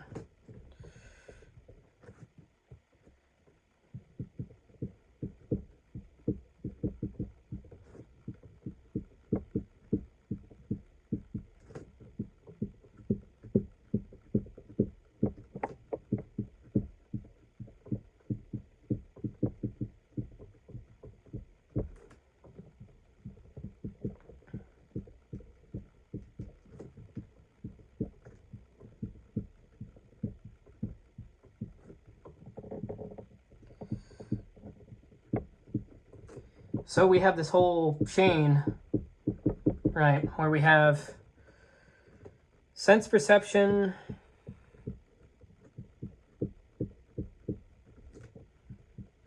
we pick up some particulars,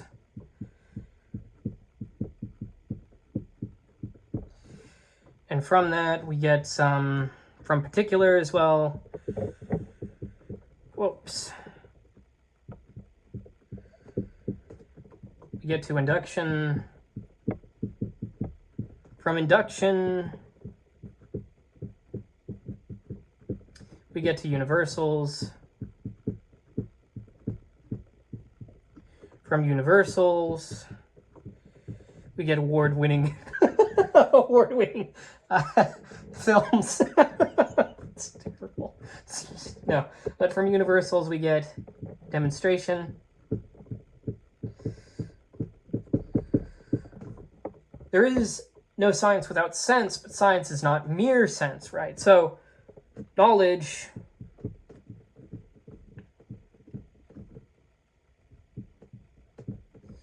begins in perception and is completed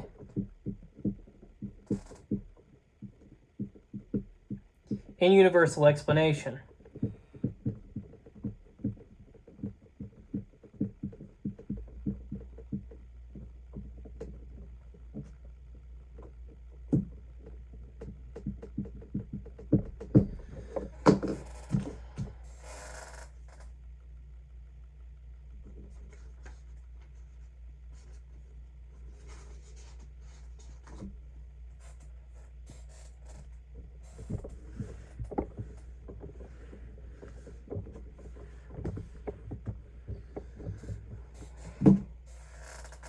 Okay. My coffee's gone cold. I'm going to get another one.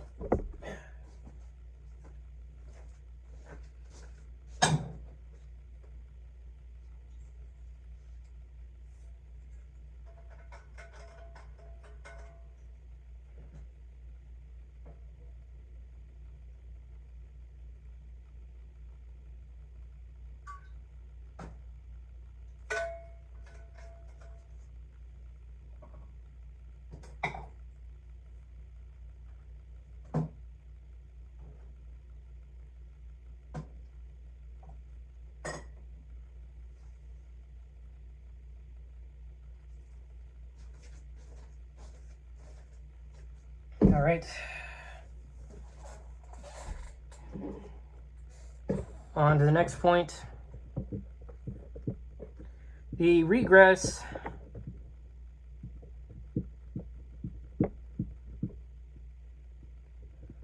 premises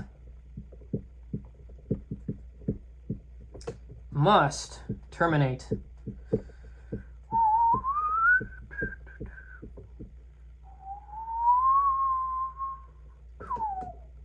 Okay, so a major question in book one is whether demonstration can involve an infinite regress of premises. So let me just put that down.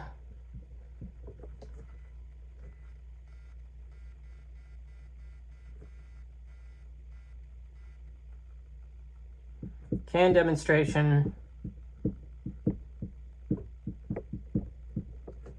involve an infinite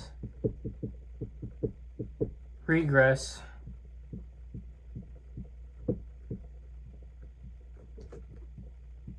of premises? Oops. Of premises.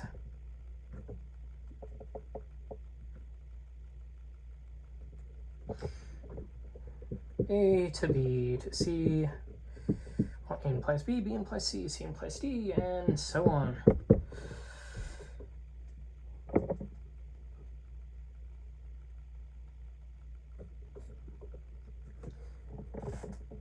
Now, if the chain never terminates, which is still fine by Fleetwood Mac, then there are no immediate premises.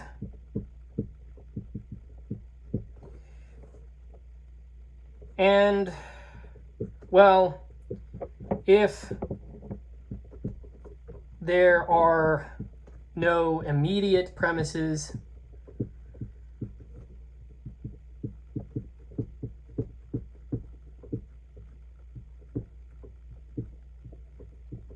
then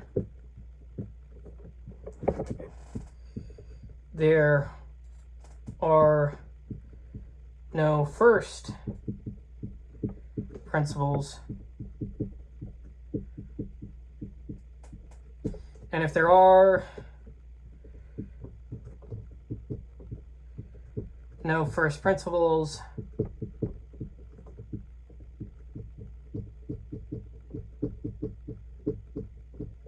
there is, then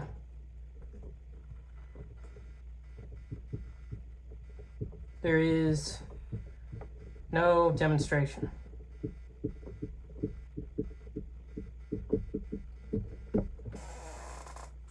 So, demonstration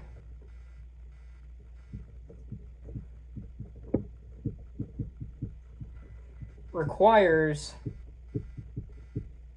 immediate, right now, premises.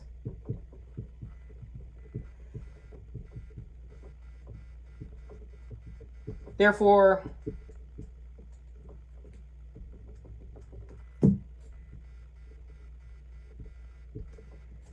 regress must stop. Stop the regression. Can't allow it. Okay.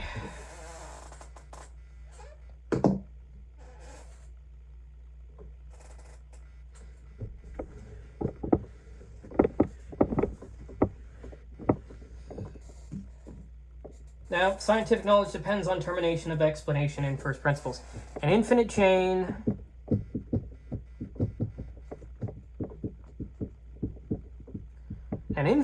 of reasons would prevent. That's why you got to partition it. Completed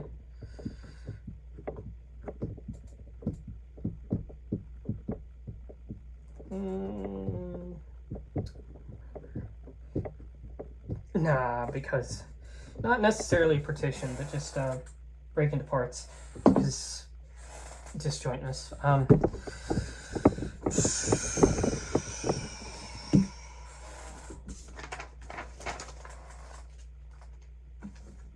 All right, let's move on to the next point. Superiority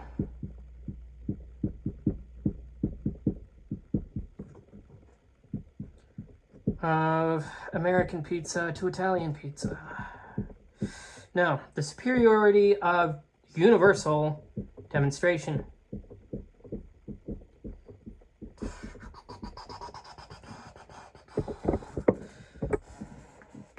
So Aristotle argues that universal demonstration is superior to particular demonstration. Now, this doesn't mean that Aristotle believes in separated Platonic universals. Rather, universal demonstration is superior because it gives the cause at the proper level.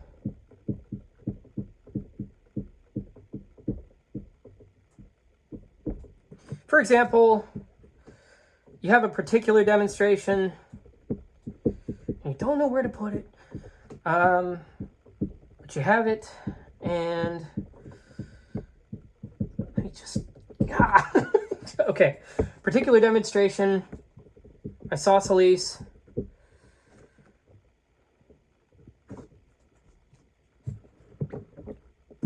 and I misspelled it. Okay,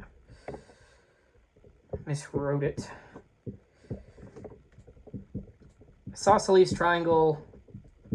Well, isosceles triangles have angles equal to 2 right angles. Well, there's that. And then there's a universal demonstration.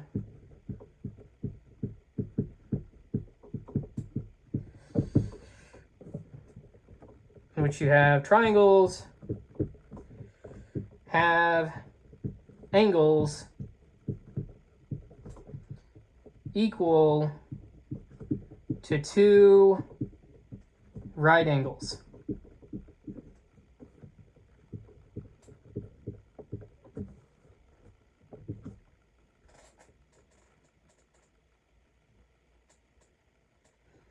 Now, the universal demonstration is better because, well, let me just,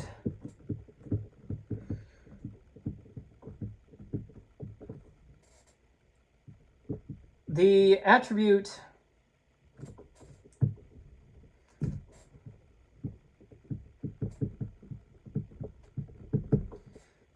belongs to triangle as such, not to isosceles as such. We discussed this a bit earlier.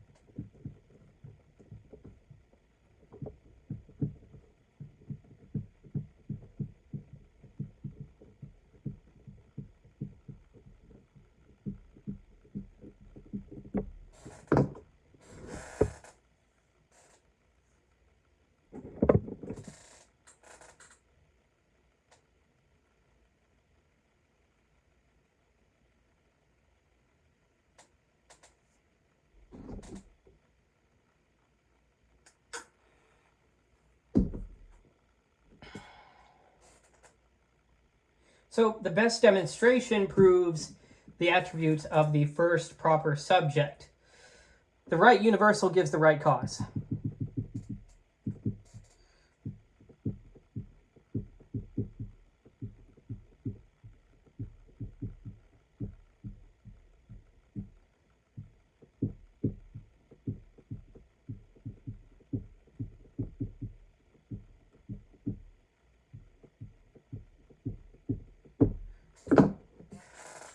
Let's move on to our next one. Oh no!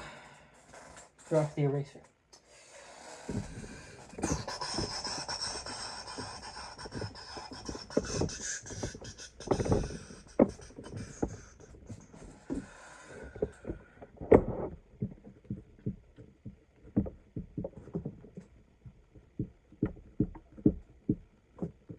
Universal does not mean over general.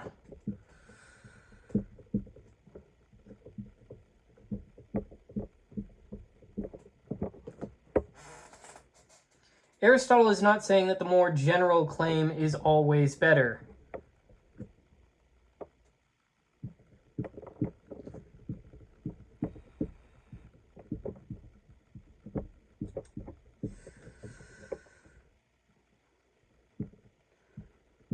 Help, he's dying. The sky is blue. No. But, I mean... Okay. The correct universal is the level at which the attribute belongs essentially. For example... Okay, let me just write that down.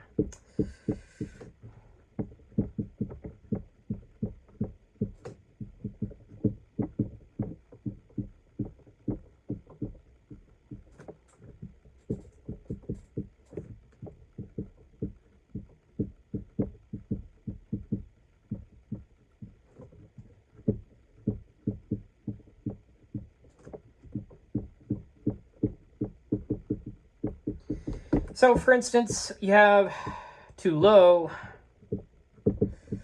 isosceles. Gosh. It's because I mix up, like, I'm talking and writing at the same time, and so whenever I'm writing things down, sometimes I write down where I think, I don't know, where I guess I unconsciously am speaking, maybe? Okay. But anyhow, too low, isosceles. Proper, triangle. Too high, figure. Now, having angles equal to two right angles belongs to triangle as such.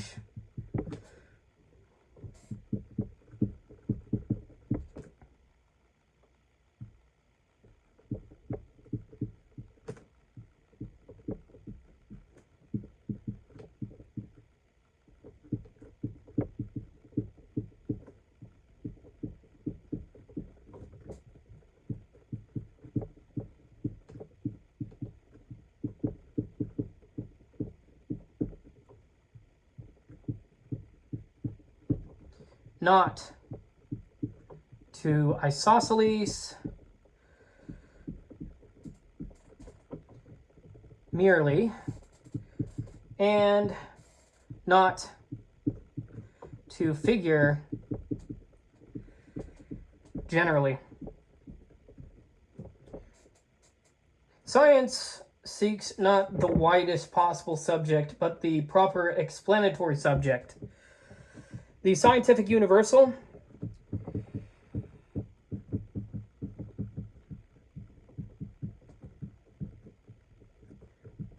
is exact, not merely broad.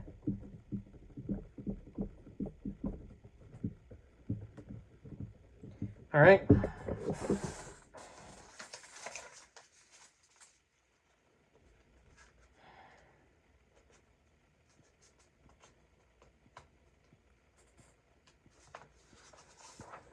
Okay. Need to move around for a bit.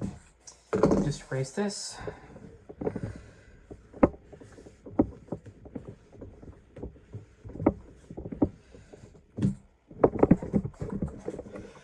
Okay.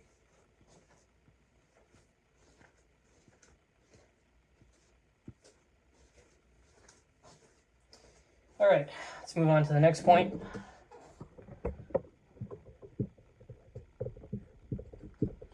The superiority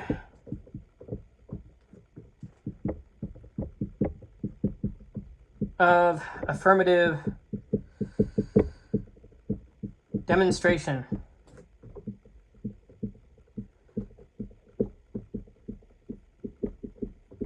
Aristotle argues that the affirmative demonstration is superior to negative demonstration.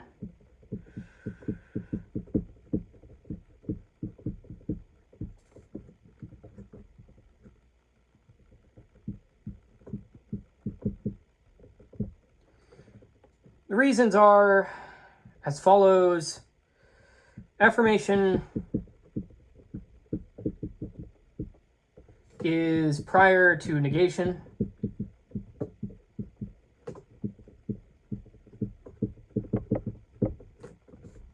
Being is prior to not being.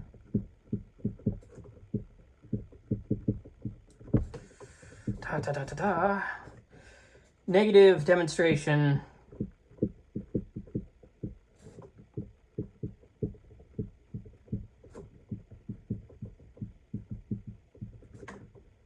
depends on affirmative structure.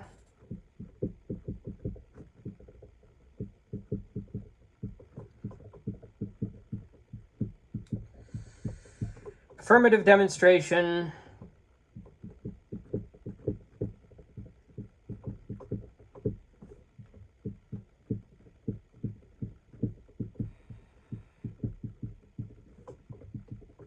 is closer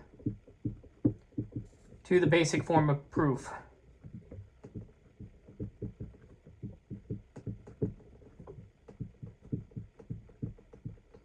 Affirmative demonstration is more basic because it shows what belongs to what, not merely what does not belong. Affirmation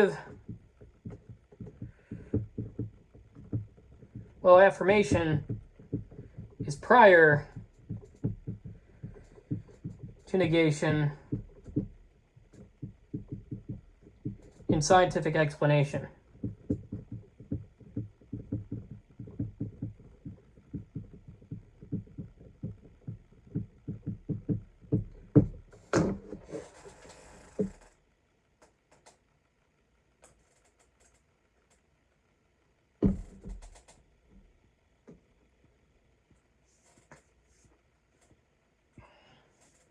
Let's move on to the next point now.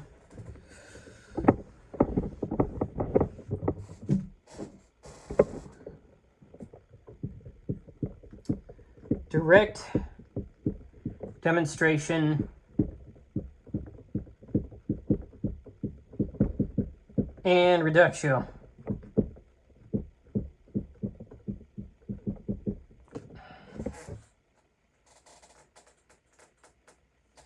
Aristotle also ranks direct demonstration above reductio ad impossibile.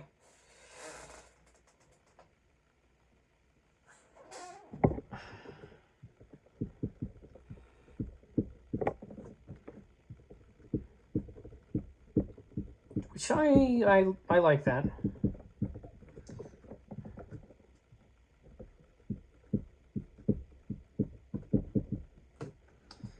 Ad impossibile.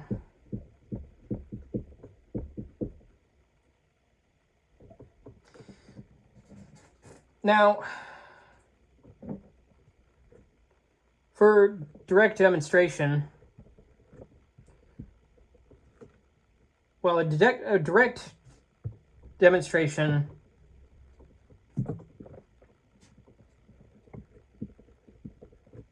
proceeds from premises to conclusion.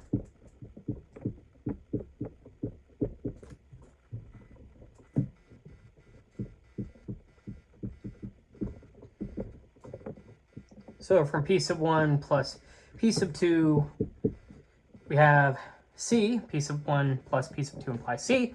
And a reductio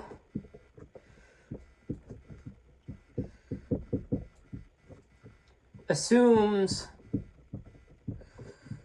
the contradictory. This is just a bit of a review, and derives impossibility.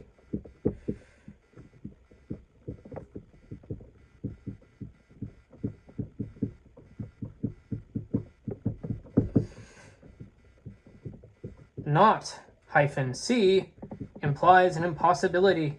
Therefore C. Right. Reductio may prove, but direct demonstration better displays the prior cause, right? So direct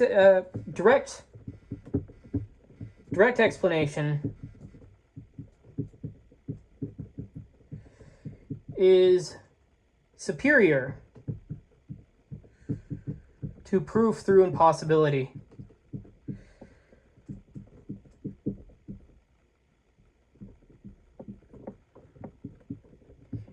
Yes, and well, I mean, thinking about it another way, it's like, well, looking at a thing step by step, you're a lot less likely to miss something, I feel, than if you say it's absolutely, like, let's just say it's not this thing, and you could be wrong in saying saying the way that you're saying it's not something else. So it's like you're saying not C, but really what you did is just you said a different thing than from what was not C. But I'm not going to get into that right now. Let's instead move on to the next point.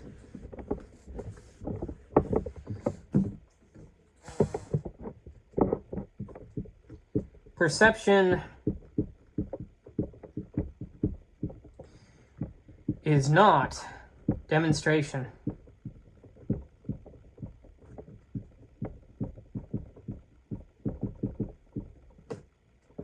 So scientific knowledge is not possible through perception alone.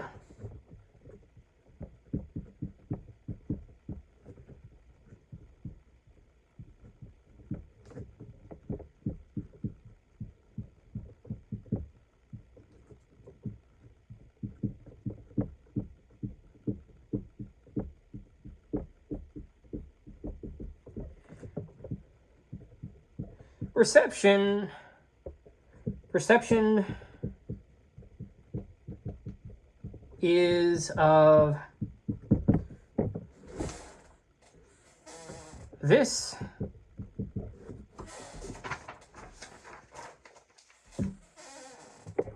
here now. Science is of the universal, always, the cause.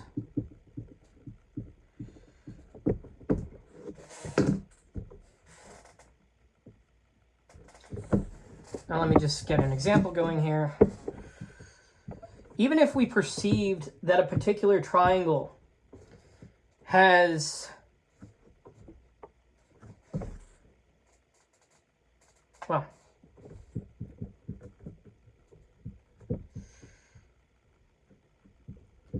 if we perceived that a particular triangle has angles equal to 2 right angles, we would still see demonstration. Well, we would still seek demonstration, sorry.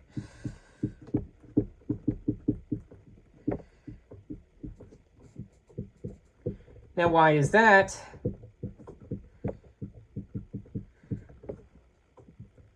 Because perception gives the particular.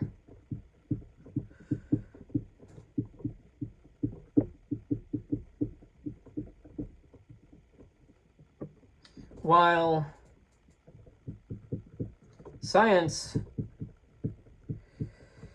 grasps, the universally, well, it grasps the commensurately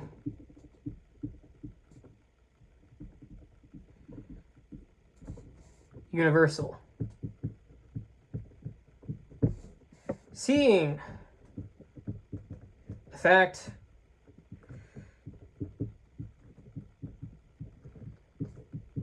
is not the same as knowing the cause, right?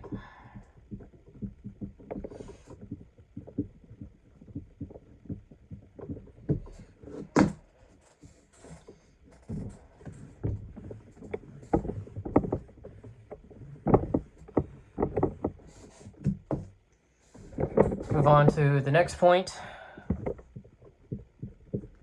The eclipse example.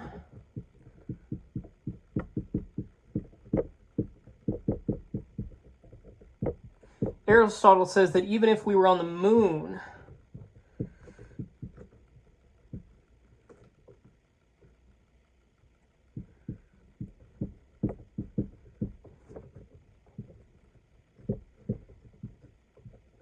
and saw the Earth blocking the sun's light,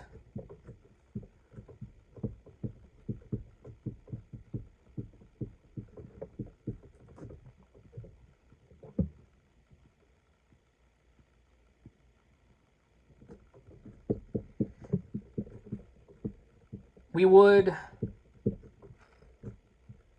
perceive the fact of the eclipse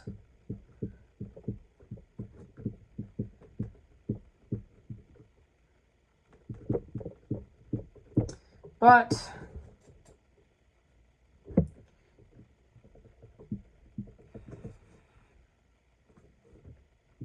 we would not yet possess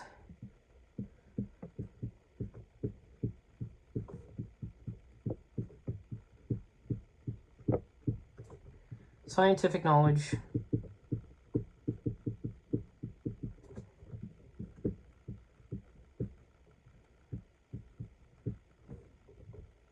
unless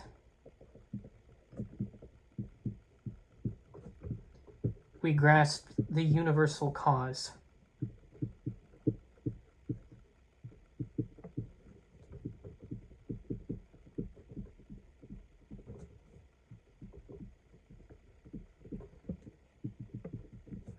So, for perception here we have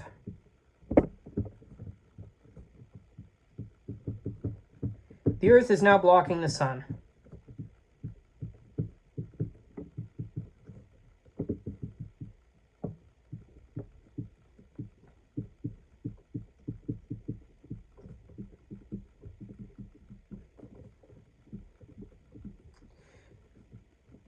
But to see the science of it, you have to say eclipses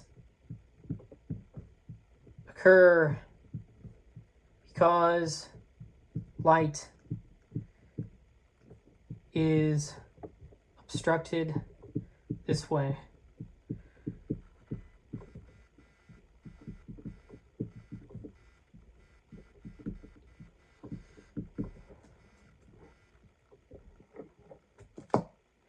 Now, perception may start inquiry, but demonstration completes knowledge.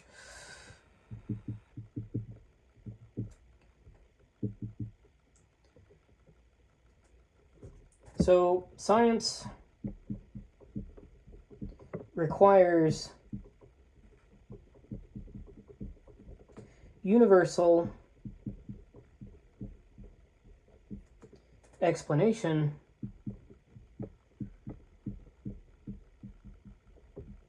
beyond perception.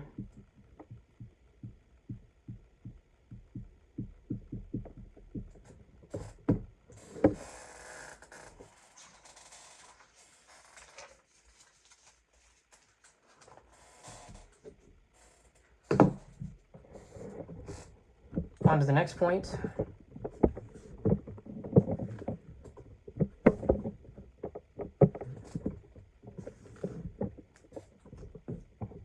$35.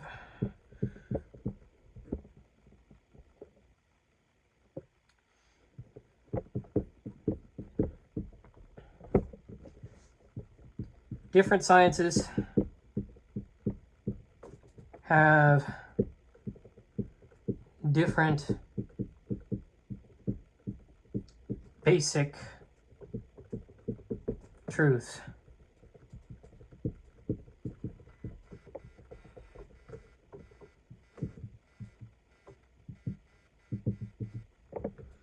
Aristotle argues that not all sciences share the same basic truths. Each science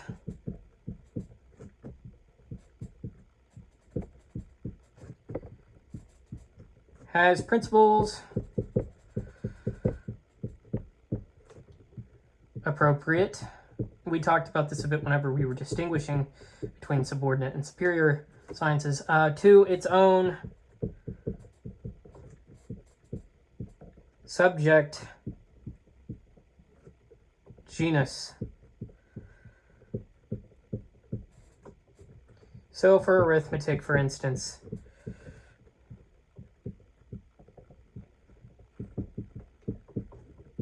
you have number. For geometry, magnitude. For medicine, you have health and disease.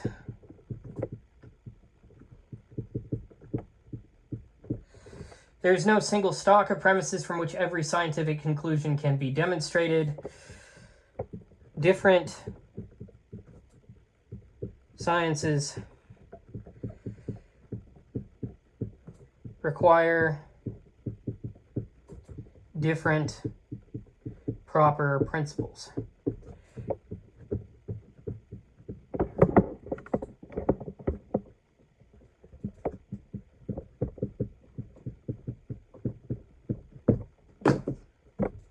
All right, now on to the next subject.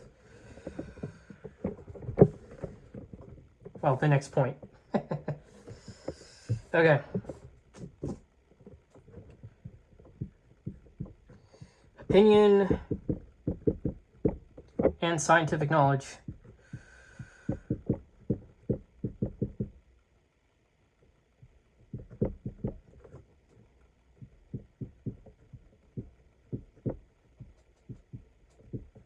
Scientific knowledge concerns what is necessary and cannot be otherwise. Opinion concerns what may be otherwise, even if the opinion is true. So in this case, we have knowledge being equivalent to necessary, and opinion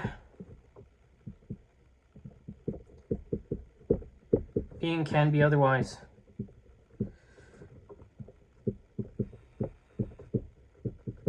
True opinion is not yet scientific knowledge. To know scientifically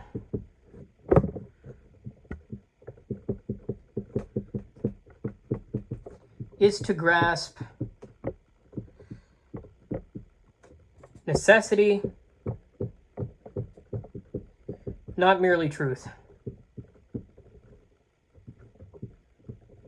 Oops.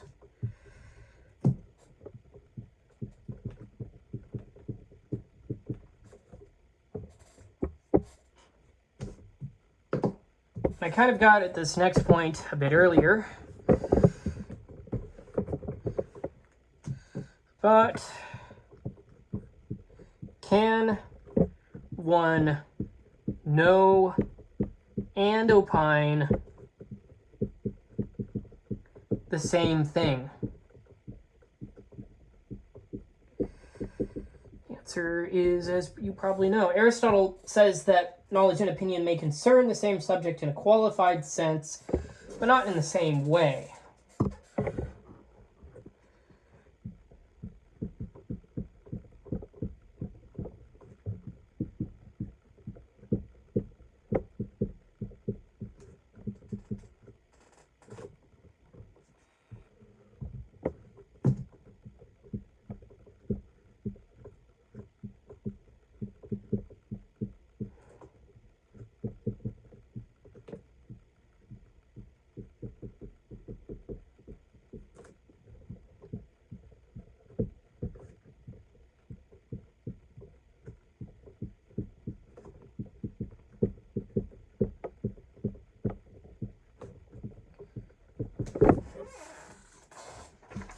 Well, it's not really a sentence, is it?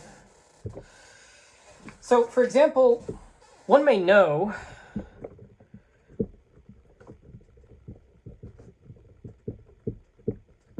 human is essentially animal.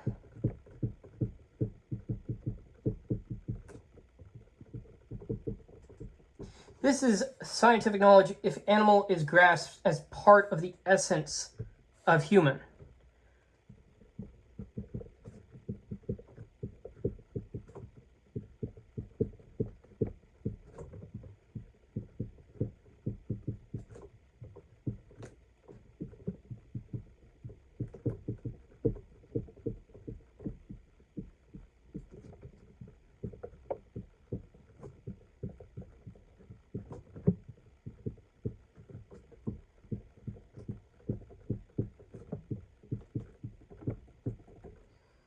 However, one may merely opine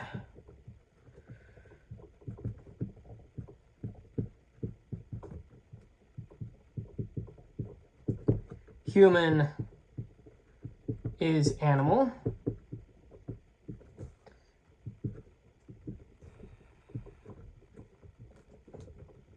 if one does not grasp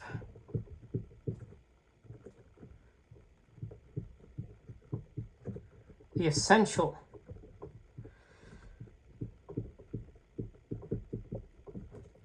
and necessary connection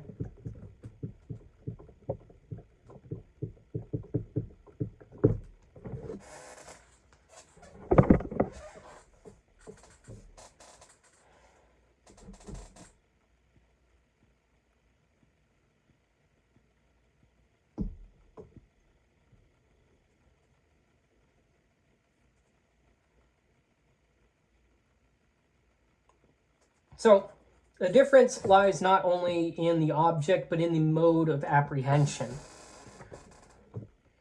Knowledge grasps necessity,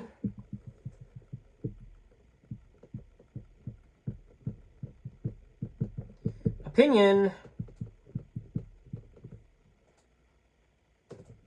opinion, treats connection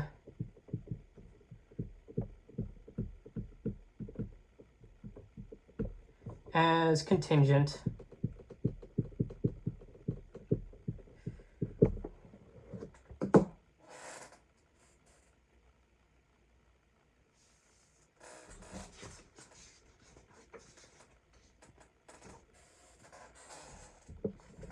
on to the next point.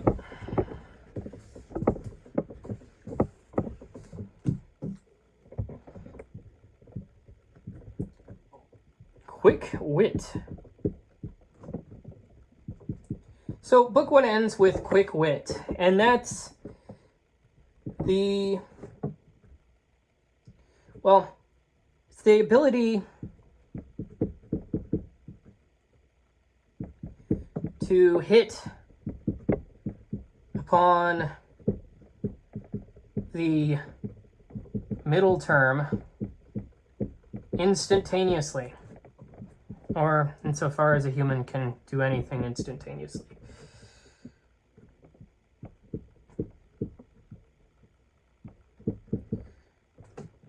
So quick wit, quick, which is just a fun thing to say, is equivalent to instant grasp of the middle term.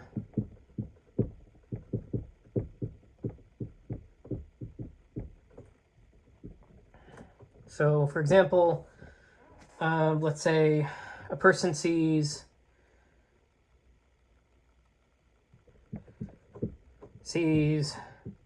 that the moon's bright side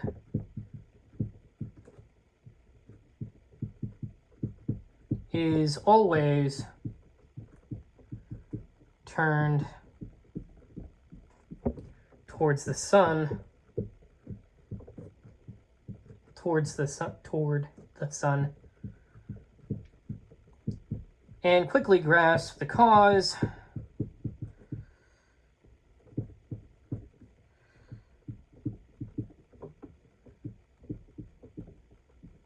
as moon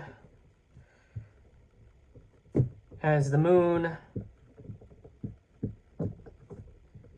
borrows light from the sun. Right? And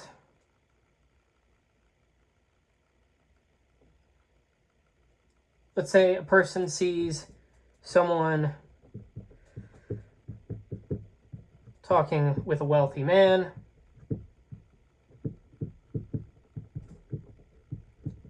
and quickly grasps he is borrowing money. Some of these are just leaps in logic, but if they happen to be true, right? So it's kind of a, but like it, of course, you know, going back to that opinion versus knowledge, it's like, well, I saw a whole bunch of other things too, but whenever I saw somebody talking with a wealthy man, and from that I was able to say he was borrowing money. I didn't have to go through each of these steps. Now, let's say a person sees two people become friends,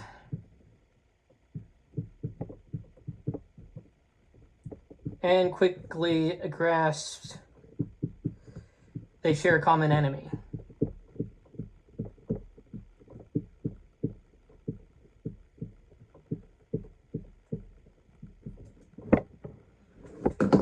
Now, the whole book has taught us that the middle term is the key to demonstration.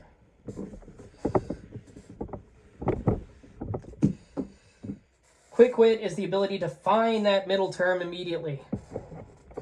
Which goes back to what we were talking about, and I'll reiterate again. To find the middle term, to find the middle is to find the cause. All right. Now, let's go ahead and talk about the overall architecture of this book as our penultimate point in this lecture.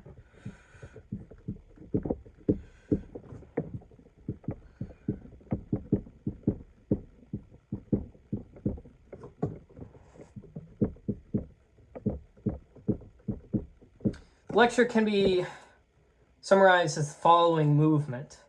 We move from pre-existent knowledge to scientific knowledge to demonstration, and from demonstration to first principles, and from first principles to essential attributes, and from essential attributes to appropriate sciences, fact versus reason, fact to first, back to reiterating on the first figure, to regress and principles, and from that to universal demonstration, and from that to perception, opinion, and quick wit. So book one turns formal logic into a theory of science. The form of inference is not enough.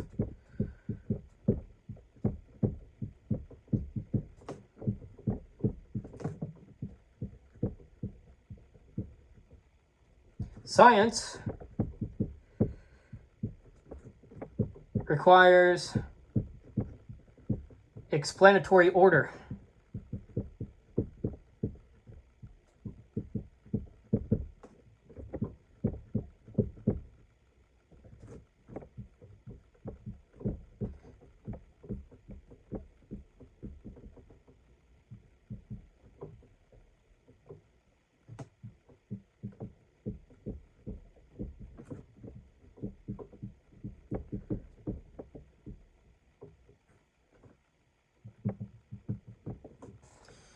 Now, let's go ahead and sum up the main ideas.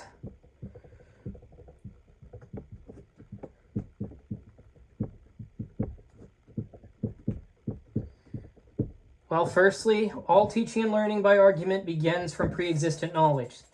Scientific knowledge is knowledge of the cause as cause. Demonstration is a syllogism productive of scientific knowledge. Demonstrative premises must be true, primary, and immediate. Prior, better known, and explanatory. Not all knowledge is demonstrative. First principles are indemonstrable. Infinite regress and circular demonstration both fail to explain scientific knowledge. Demonstration concerns necessary and essential attributes, not accidents as accidents. The proper scientific universal is the first subject to which the attribute belongs as such. Demonstration must proceed from principles appropriate to the subject genus. Knowledge of the fact differs from knowledge of the reasoned fact. In scientific demonstration, the middle term is the cause. The first figure is the most scientific figure.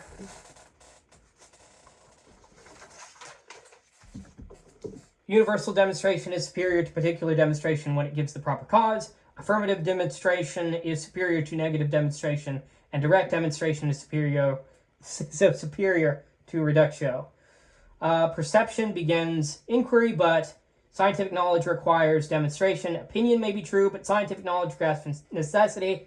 And quick wit is the immediate discovery of the middle term.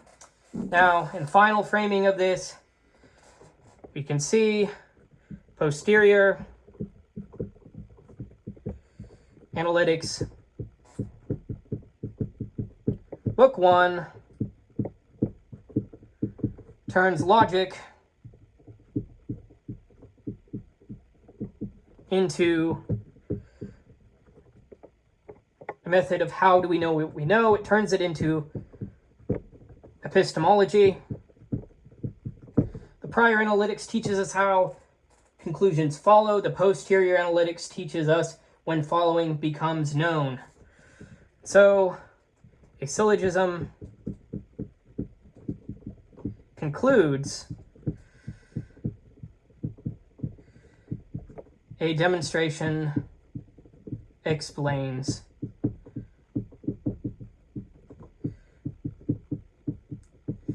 And that is it for this lecture. See you in the next one.